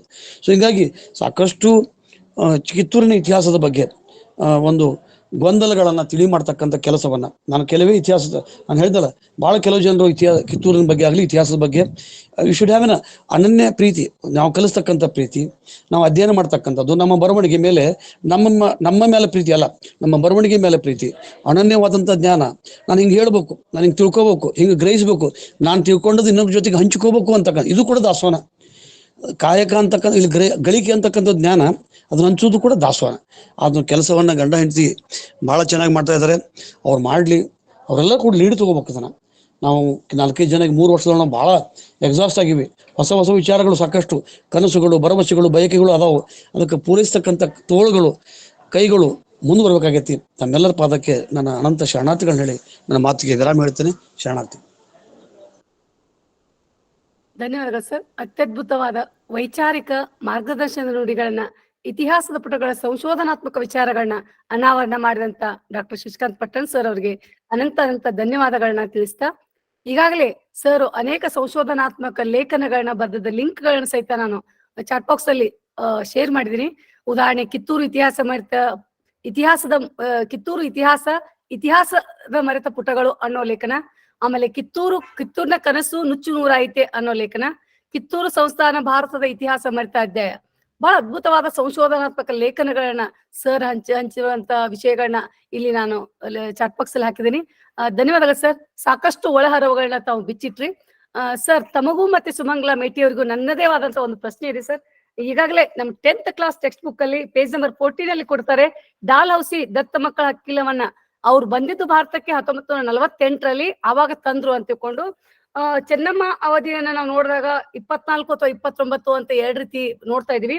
ಅಂದ್ರೆ ಚೆನ್ನಮ್ಮ ಬಂದು ಎಷ್ಟೋ ವರ್ಷಗಳ ನಂತರ ಡಾಲ್ ಹೌಸಿ ಬಂದ್ರು ಅಂತ ಒಂದು ಕಡೆ ಕೊಡ್ತಾರೆ, ಇನ್ನೊಂದು ಕಡೆ ಚೆನ್ನಮ್ಮನ ಇತಿಹಾಸವನ್ನ ಮಕ್ಕಳಿಗೆ ಓದಿಸ್ಬೇಕಾದಾಗ ಪೇಜ್ ನಂಬರ್ 34 ಟೆಕ್ಸ್ಟ್ ಬುಕ್ ಅಲ್ಲೇನೆ ಕೊಡ್ತಾರೆ, ಏನಂತ ದತ್ತಕರ ದತ್ತಿ ಸೂತ್ರ ಅವಳಿಗೆ ತೊಂದರೆ ಆಯ್ತು ಅನ್ನೋ ವಿಷಯವನ್ನು ಪ್ರಸ್ತಾಪ ಮಾಡ್ತಾರೆ. ಆದ್ರೆ ಡಾಲ್ ಹೌಸಿ ಬಂದಿದ್ದು ನಂತರದಲ್ಲಿ ಅನ್ನೋದು ಇನ್ನೊಂದು ಕಡೆ ಕೊಡ್ತಾರೆ. ಯಾವ್ದು ಸರಿ ಅನ್ನೋದನ್ನ ತಿಳಿಸ್ಬೇಕು ಅಂತ ಕೇಳ್ಕೊತಾ ಇದ್ದೀನಿ ಸರ್. ಮೇಡಮ್.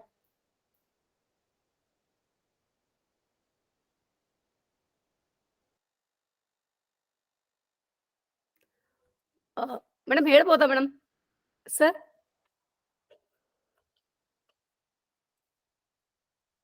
ಕೇಳಿಸ್ತಾ ಇದೆಯಾ ಸರ್? ಮೇಡಮ್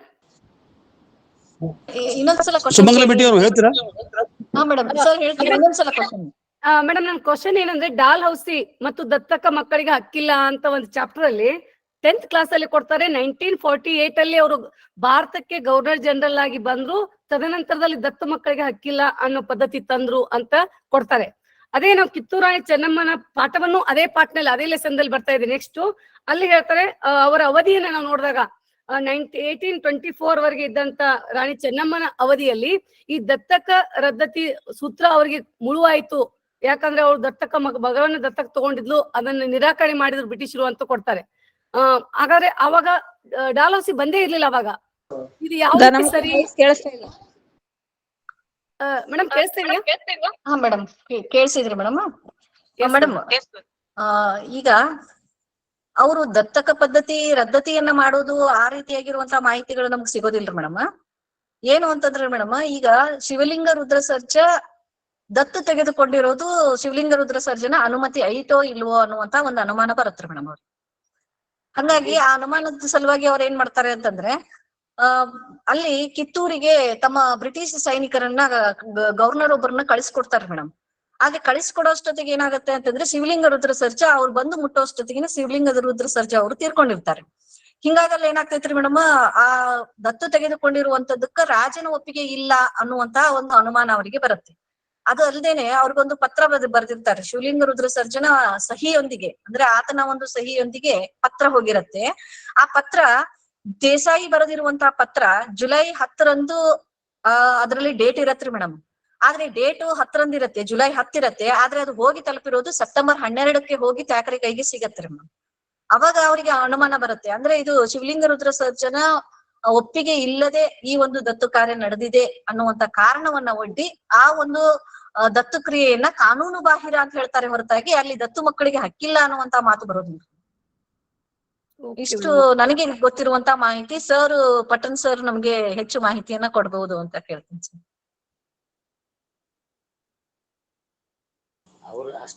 ಹಾ, ಅವರು ಸುಮಂಗಲ ಮಿಟ್ಟಿ ಅವರು ಹೇಳಿದಂತ ವಿಚಾರಣೆ ಅಂತಂದ್ರ ಅವಾಗಿನ ಬ್ರಿಟನ್ ಡಾಕ್ಟ್ರಿನ್ ಆಫ್ ಲ್ಯಾಬ್ಸ್ ಅವ್ರು ಹೇಳ್ದಂಗೆ 1947 ಅಂತಂದ್ರು. 1847 ಬಂತು, ಅದು ಕರೆಕ್ಟ್.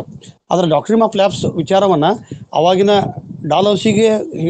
ಡಾಲೌಸಿ ಅದನ್ನ ಕಾನೂನು ಮಾಡಿದ್ರು. ಆ ಕಾರಣದಿಂದ ಸಾಕಷ್ಟು ವೀರ ಬಹದ್ದೂರ್ ಆಗ್ಲಿ, ಝಾನ್ಸಿ ರಾಣಿ ಆಗ್ಲಿ ತದನಂತರ ಬಂದದ್ದು ಅದು. ಅಂದ್ರೆ 2ನೇ ಶಿಪಾಯಿ ದಂಗೆ ಆಯ್ತಲ್ಲ, ಆ ಕಾರಣ ಇಟ್ಕೊಂಡ್ರು. ಆದ್ರೆ ಅದಕ್ಕಿಂತ ಮುಂಚೆ ಡಾಕ್ಟ್ರಿನ್ ಆಫ್ ಲೈಫ್ ಈ ದತ್ತು ಪದ್ಧತಿಯನ್ನ ಕ್ವೀನ್ ವಿಕ್ಟೋರಿಯಾ ಡಿಕ್ಲರೇಷನ್ ಹಾಗೂ ಪ್ರೊಕ್ಲೇಮೇಷನ್ ಆಫ್ ಕ್ವೀನ್ ವಿಕ್ಟೋರಿಯಾ ಆಗೋಕ್ಕಿಂತ ಮುಂಚೆ, ಆವಾಗಿನ ಅಂದ್ರೆ 1857 ಮುಂಚೆನೆ ಈ ಒಂದು ಇತ್ತು. ಅದನ್ನ ರೂಲ್ಸ್ ಮಾಡಿದ್ದು ಡಾಲೌಸಿ. ಅದರಿಂದ 2ನೇ ಶಿಪಾಯಿ ದಂಗೆ ಆಯ್ತು ಅಂತಕ್ಕಂಥದ್ದು. ಆದ್ರೆ 2ನೇ ಶಿಪಾಯಿ ದಂಗೆಕ್ಕಿಂತ ಮುಂಚೆ 1824 ಅಂದ್ರೆ ಅಲ್ಲಿ 57, ಸುಮಾರು 33 ವರ್ಷ ಮುಂಚೆನೆ, ಅಂದ್ರೆ ಭಾರತದ ಸ್ವತಂತ್ರ ಸಂಗ್ರಾಮ ಅಂತ ಏನು ಸಿಪಾಯಿ ದಂಗೆ ಅಂತಾರಲ್ಲ, ಅದಕ್ಕಿಂತ ಮುಂಚೆ ಕಿತ್ತೂರು ಚೆನ್ನಮ್ಮ ಮಾಡಿದ್ರು. ಹೀಗಾಗಿ ಅದು ಇತಿಹಾಸದ ತಾವು ಕೂಡ ಈಗ ಇತಿಹಾಸದೊಳಗ ಈಗ ಪಠ್ಯ ಪರಿಷ್ಕರಣಾ ಸಮಿತಿ ಒಳಗಿದ್ದ ಕಾರಣ ಇನ್ನಷ್ಟು ಪರಿಷ್ಕರಣೆ ತಾವು ಕೂಡ ಹೋಗಿ ಅಲ್ಲಿ ಸಲಹೆ ಡಾಕ್ಟ್ರಿನ್ ಆಫ್ ಲ್ಯಾಬ್ಸಿಗೆ ಅಂದ್ರೆ ಡಾಲೌಸಿಯ ನಿರ್ಣಯ ಇದಕ್ಕೆ ಸಂಬಂಧ ಇಲ್ಲ. ಧನ್ಯವಾದಗಳು. Thank you sir. ಧನ್ಯವಾದಗಳು ಸರ್. ಬಹಳ ಒಂದು ಒಂದ್ ನಿಮಿಷ ರೀ ಪಟ್ನಂ ಸರ್. ಸರ್ ಮಾತಾಡಿ ಸರ್. ನಾನ್ ಪುಲ್ಕೇಶಿ. 1824ನೇ ಇಸ್ವಿ ಒಳಗ ದತ್ತು ಪುತ್ರದ ಒಂದೇನು ಡಿಸ್ಕಷನ್ ಬಂತಲ್ರಿ. ಅಡಾಪ್ಷನ್ ಅಂತ ಏನೈತಲ್ಲ, that was an internal matter of the Kingdom. ಆ ಟೈಮ್ ಸಂಸ್ಥಾನದ ಒಂದು ಇಂಟರ್ನಲ್ ಮ್ಯಾಟರ್ ಆಗಿತ್ತು. ಆ ಇಂಟರ್ನಲ್ ಮ್ಯಾಟರ್ದೊಳಗ ಬ್ರಿಟಿಷರ ಕೈ ಹಾಕಿದ್ರು ಅನ್ನೋದಕ್ಕನ ಚೆನ್ನಮ್ಮ ಸಿಡಿಗೆದ್ಲು. ಈ ಒಂದು ವಿಚಾರವನ್ನ this was taken over to England, wherein the doctrine was discussed and then finalized, which was implemented in 1848 with Dalhousie. This is my opinion. Correct sir, correct. Thank you sir. ಧನ್ಯವಾದಗಳು sir. ಒಂದು ಅತ್ಯದ್ಭುತವಾದಂತಹ ವಿಚಾರಧಾರೆಗಳು ಹರಿದು ಬರ್ತಾ ಇವೆ. ತಮಗೆ ಧನ್ಯವಾದಗಳನ್ನು ತಿಳಿಸ್ತಾ ಲಿಂಗಪ್ಪ ಕಲಬುರ್ಗಿ ಅಪ್ಪಾಜಿ ಏನಾದ್ರು ಮಾರ್ಗದರ್ಶನ ಮಾಡ್ತೀರಾ ಸರ್? ಮಾತಾಡ್ತೀರಾ? ನಂಬರ್ ಇಲ್ಲ, ನಾನಷ್ಟು ಈ ಇತಿಹಾಸ ಓದ್ಕೊಂಡಿಲ್ಲ, ನನಗೆ ಅಷ್ಟು. ಆಯ್ತಪ್ಪಾಜಿ. ಮತ್ತೆ ಯಾರಾದ್ರೂ ಮಾತನಾಡೋರಿದ್ರೆ ಹ್ಯಾಂಡ್ ರೈಸ್ ಮಾಡ್ಬೋದು. ನಾನು ಗೌರವ್ ಹಲ್ಬಾವಿ ಅವ್ರು ಕರಿತಾ ಇದ್ದೇನೆ, ಯಾಕಂದ್ರೆ ಅವರು ಒಂದು ವಿಷಯವನ್ನು ಚಾಟ್ ಬಾಕ್ಸ್ ಅಲ್ಲಿ ಹಂಚಿಕೊಂಡ್ರು. ಅವ್ರ ಅಜ್ಜಿಯವರು ಕಾಗತಿ ದೇಸಾಯಿ ಮಂಟಂದವರು ಅಂತ ತಿಳ್ಕೊಂಡು. ಮೇಡಮ್ ಏನಾದ್ರು ಮಾತನಾಡೋದಿದ್ರೆ ಮಾತನಾಡ್ಬೋದು. ಗೌರವ್ ಮೇಡಮ್. ಹಲೋ, ಕೇಳಿಸ್ತಾ ಇದೆ ಮೇಡಮ್, ಮಾತಾಡಿ. ಹಾ ಹಲೋ, ಕೇಳ್ತಿದ್ರಿ? ಕೇಳಿಸ್ತಾ ಇದೆ ಮೇಡಮ್. ಹಾ, ನಮ್ಮ ಊರು ಬೈಲೊಂಗಲ್ ಹತ್ರ ಮರಕಟ್ಟಿ ಅಂತ ಗ್ರಾಮ. ಅಲ್ಲಿ ನಮ್ಮ ಮಂತನ ಗೌಡ್ರ ಮನೆತನ, ಅದು ಮಲಸರ್ಜನ ಅಂದ್ರೆ ಅಣ್ತಮ್ರು ದಾಯಾದಿಗಳು ಮನೆತನ ಅಂತ ಸಂಶೋಧನೆ ಪ್ರಕಾರ ಅವ್ರು ಇದ್ ಮಾಡಿದಾರ. ಮತ್ತೆ ನಮ್ಮ ಅಜ್ಜಿಯವರು ಕಾಕ್ತಿ ದೇಸ್ಕತಿಯ ಮಗಳಾಗಿದ್ರು, ನಮ್ ತಂದೆ ತಾಯಿ. ಅದಕ್ಕೆ ನಮಗೆ ಕಿತ್ತೂರು ಸಂಸ್ಥಾನದ ಮೇಲೆ ಗೌರವದಿಂದ ವೀರಭದ್ರಪ್ಪ ಆಲ್ಬಾಮಿ ಅಂತ ಕೊಂಡವರು ಕಿತ್ತೂರು ಇತಿಹಾಸ ಬಗ್ಗೆ ಬಹಳಷ್ಟು ಓದ್ಕೊಂಡವರು, ಬಹಳಷ್ಟು ದಾಖಲೆ ಮಾಡಿದ್ರು. ಹೌದ್ರಿ ನಮ್ಮ ಅಜ್ಜವರು, ಸ್ವಂತ ಅಜ್ಜ ಅವರು, ಅವ್ರ ಮೊಮ್ಮಗಳು ನಾನು, ಅವ್ರ ಮಗಳು ನಾನು. ಅವರು ಸಾಮಾಜಿಕವಾಗಿ ಬಹಳ ಸೇವೆಯನ್ನ ಮಾಡ್ಯಾರ ವೀರಭದ್ರಪ್ಪ ಆಲ್ಬಾವಿ ಅಜ್ಜವರು.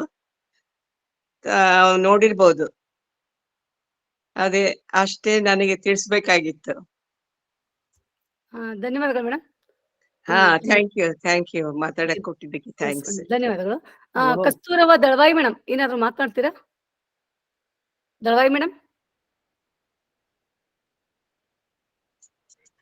ಎಲ್ರಿಗೂ ನಮಸ್ಕಾರ. ಸ್ವತಂತ್ರ ಸೌಧರ್ಮಿಣಿಯಾದಂತಹ ಚೆನ್ನಮ್ಮನ ಬಗ್ಗೆ, ಅವರ ಮನೆ ಇತಿಹಾಸದ ಬಗ್ಗೆ ಸುಮಂಗ್ಲಾ ಮೇಟಿ ಅವರು ತುಂಬಾ ಚೆನ್ನಾಗಿ ಹೇಳಿದ್ರು. ಆದ್ರ ನನಗ ಒಂದ್ ಕಣ್ಣಾಗ್ ನೀರ್ ಬರುವಂತದ್ದಂದ್ರ, ಕಿತ್ತೂರು ಸಂಸ್ಥಾನದಾಗ ಕತ್ತಿ ಉಳ್ಳಾಳ್ಳಿ ಅಂತ ಯಾಕಂದ್ರು ಅಂತ ನನ್ನ ಪ್ರಶ್ನೆ. ಸರ್ ಆದ್ರೂ ಹೇಳ್ಬೋದು, ಮೇಡಮ್ ಆದ್ರೂ ಹೇಳ್ಬೋದು. ಇವತ್ತಿಗೂ ವರ್ಷದಾಗ 3 ಸಲ ಅಲ್ಲಿ ಕಿತ್ತೂರು ಉತ್ಸವ ನಡಿತೈತಿ ಮತ್ತು ಮಾರನೇ ದಿನ ಹಂಗ ಇರ್ತೈತಿ. ಯಾರ ಶಾಪಕ್ ಒಳಗಾಯ್ತದು ಅಂತ ನನ್ ಪ್ರಶ್ನೆ.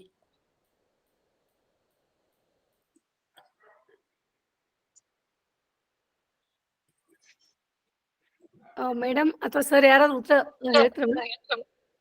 ಮೇಡಮ್ ನನ್ಗೆ ಇದ್ರ ಬಗ್ಗೆ ಮಾಹಿತಿ ಇಲ್ಲ ರೀ. ಸರ್ ಅದ್ರ ಉತ್ತರ ಕೊಟ್ರೆ ಚೆನ್ನಾಗಿರುತ್ತೆ. Sir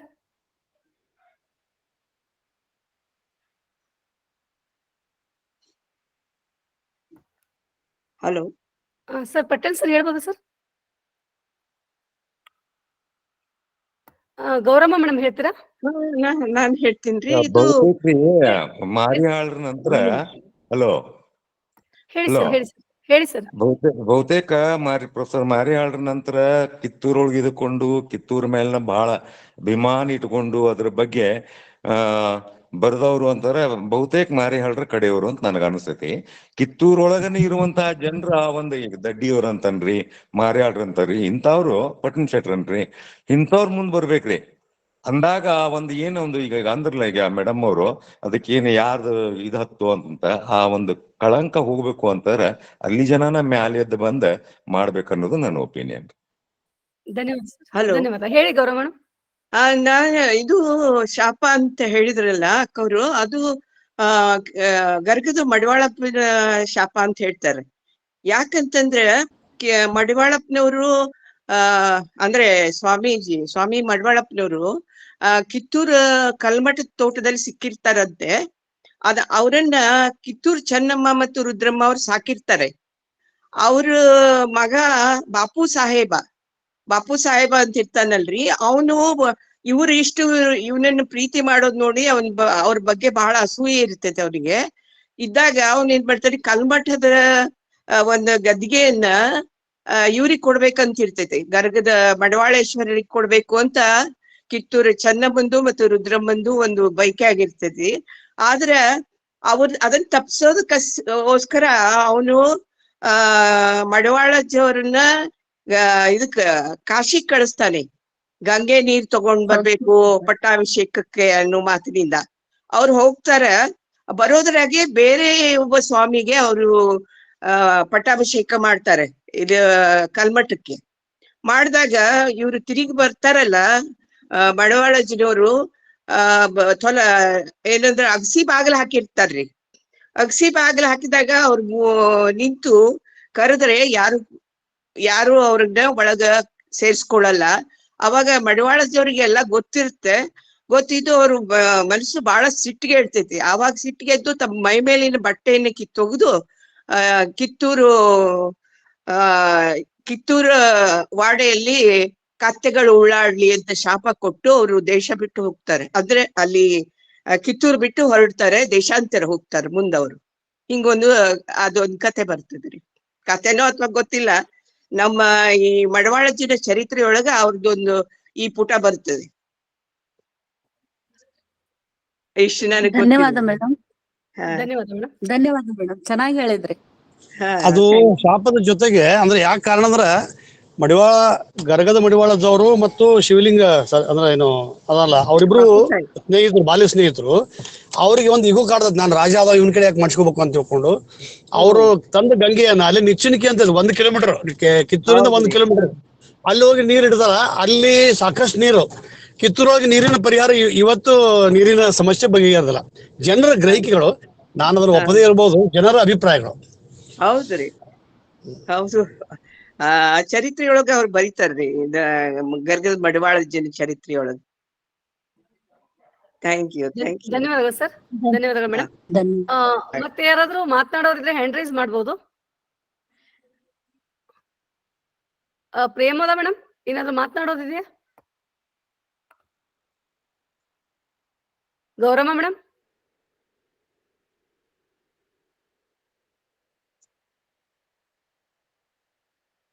Sharada madam? ಮುಗಿಸ್ಬಿಟ್ರಿ ಮೇಡಮ್. Yes sir. ಎಲ್ಲರಿಗೂ ಶರಣಾರ್ಥಿ.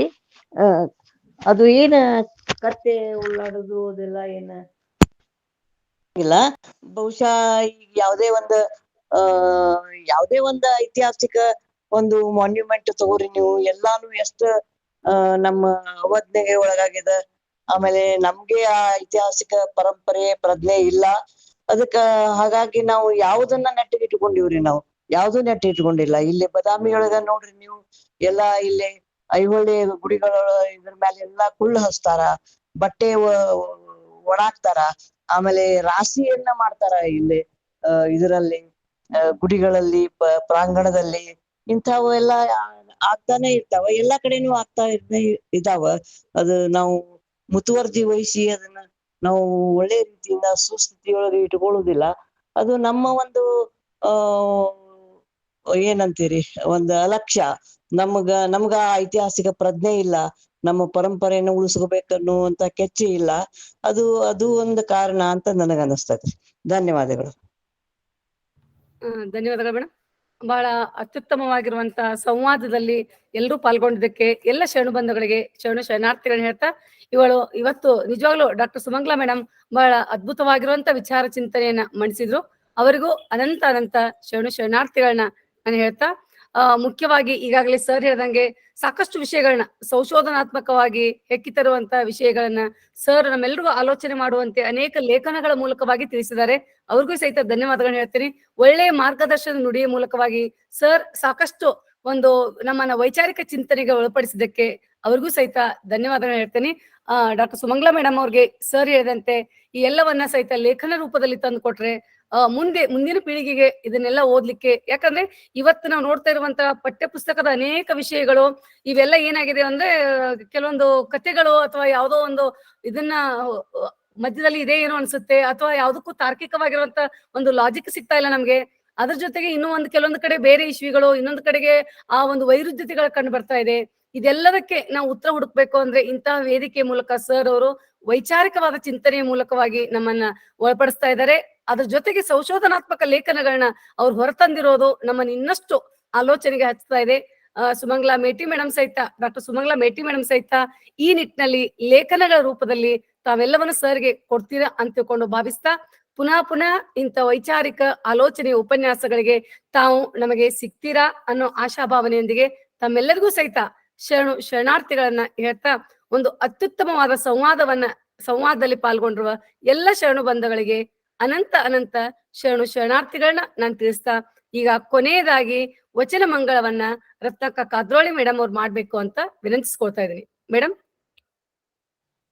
ಓಂ ಶ್ರೀ ಗುರು ಬಸವಲಿಂಗಾಯ ನಮಃ. ಸಂಪರ್ಕದಲ್ಲಿರುವ ಸರ್ವರಿಗೂ ಶರಣಾರ್ಥಿಗಳು. ನಾನು ಒಂದು ಅಲ್ಲಮ್ಮ ಪ್ರಭುದೇವರ ವಚನವನ್ನ ಮಂಗಳ ಮಾಡ್ತೀನಿ. ಆದಿಯಲ್ಲಿ ನೀನೇ ಗುರುವಾದ ಕಾರಣ, ನಿನ್ನಿಂದ ಹುಟ್ಟಿತ್ತು ಲಿಂಗ.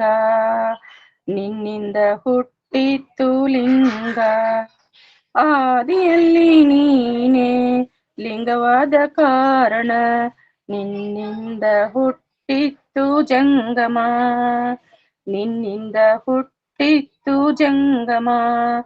ಆದಿಯಲ್ಲಿ ನೀನೇ ಜಂಗಮವಾದ ಕಾರಣ, ನಿನ್ನಿಂದ ಹುಟ್ಟಿತ್ತು ಪ್ರಸಾದ.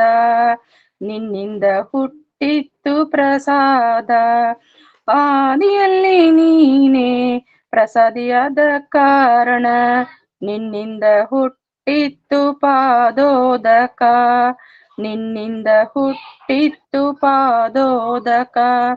ಇಂತಿ ಗುರುಲಿಂಗ ಜಂಗಮ ಪ್ರಸಾದ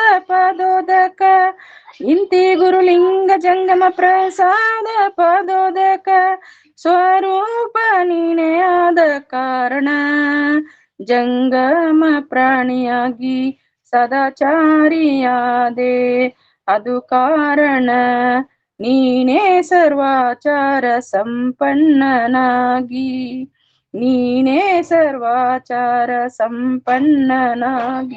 ಪೂರ್ವಾಚಾರಿಯು ನೀನೇ ಆದ ಕಾರಣ, ಗುಹೇಶ್ವರ ಲಿಂಗದಲ್ಲಿ ಚಂದಯ್ಯಂಗೆ ಲಿಂಗದ ನಿಜವ ತಿಳುಹ.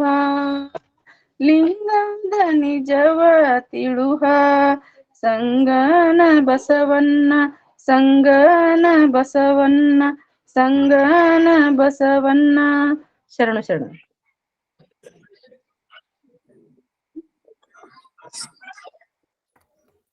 ಶರಣಾರ್ಥಿ ಮೇಡಮ್, ಒಂದು ಅತ್ಯುತ್ತಮವಾಗಿರುವಂತಹ ವಚನ ಮಂಗಳದ ಮೂಲಕವಾಗಿ ಕಾರ್ಯಕ್ರಮದ ಕೊನೆಯನ್ನ ತಿಳಿಸಿರುವಂತ ತಮಗೂ ಸಹಿತ ವೇದಿಕೆ ಪರವಾಗಿ ಅನಂತ ಶರಣಾರ್ಥಿಗಳನ್ನ ಹೇಳ್ತಾ, ಪ್ರತಿ ಶನಿವಾರ ಮತ್ತು ರವಿವಾರ ಒಂದು ವೈಚಾರಿಕ ಕ್ರಾಂತಿಯಂತೆ ಈ ಒಂದು ಗೂಗಲ್ ಮೀಟ್ ದಲ್ಲಿ ವಚನ ಚಿಂತನೆಗಳು ಮತ್ತು ಶರಣರ ತತ್ವಗಳ ಆಶಯಗಳನ್ನ ಅರಿಯುವಂತ ಒಂದು ವೇದಿಕೆ ಇದಾಗಿದೆ.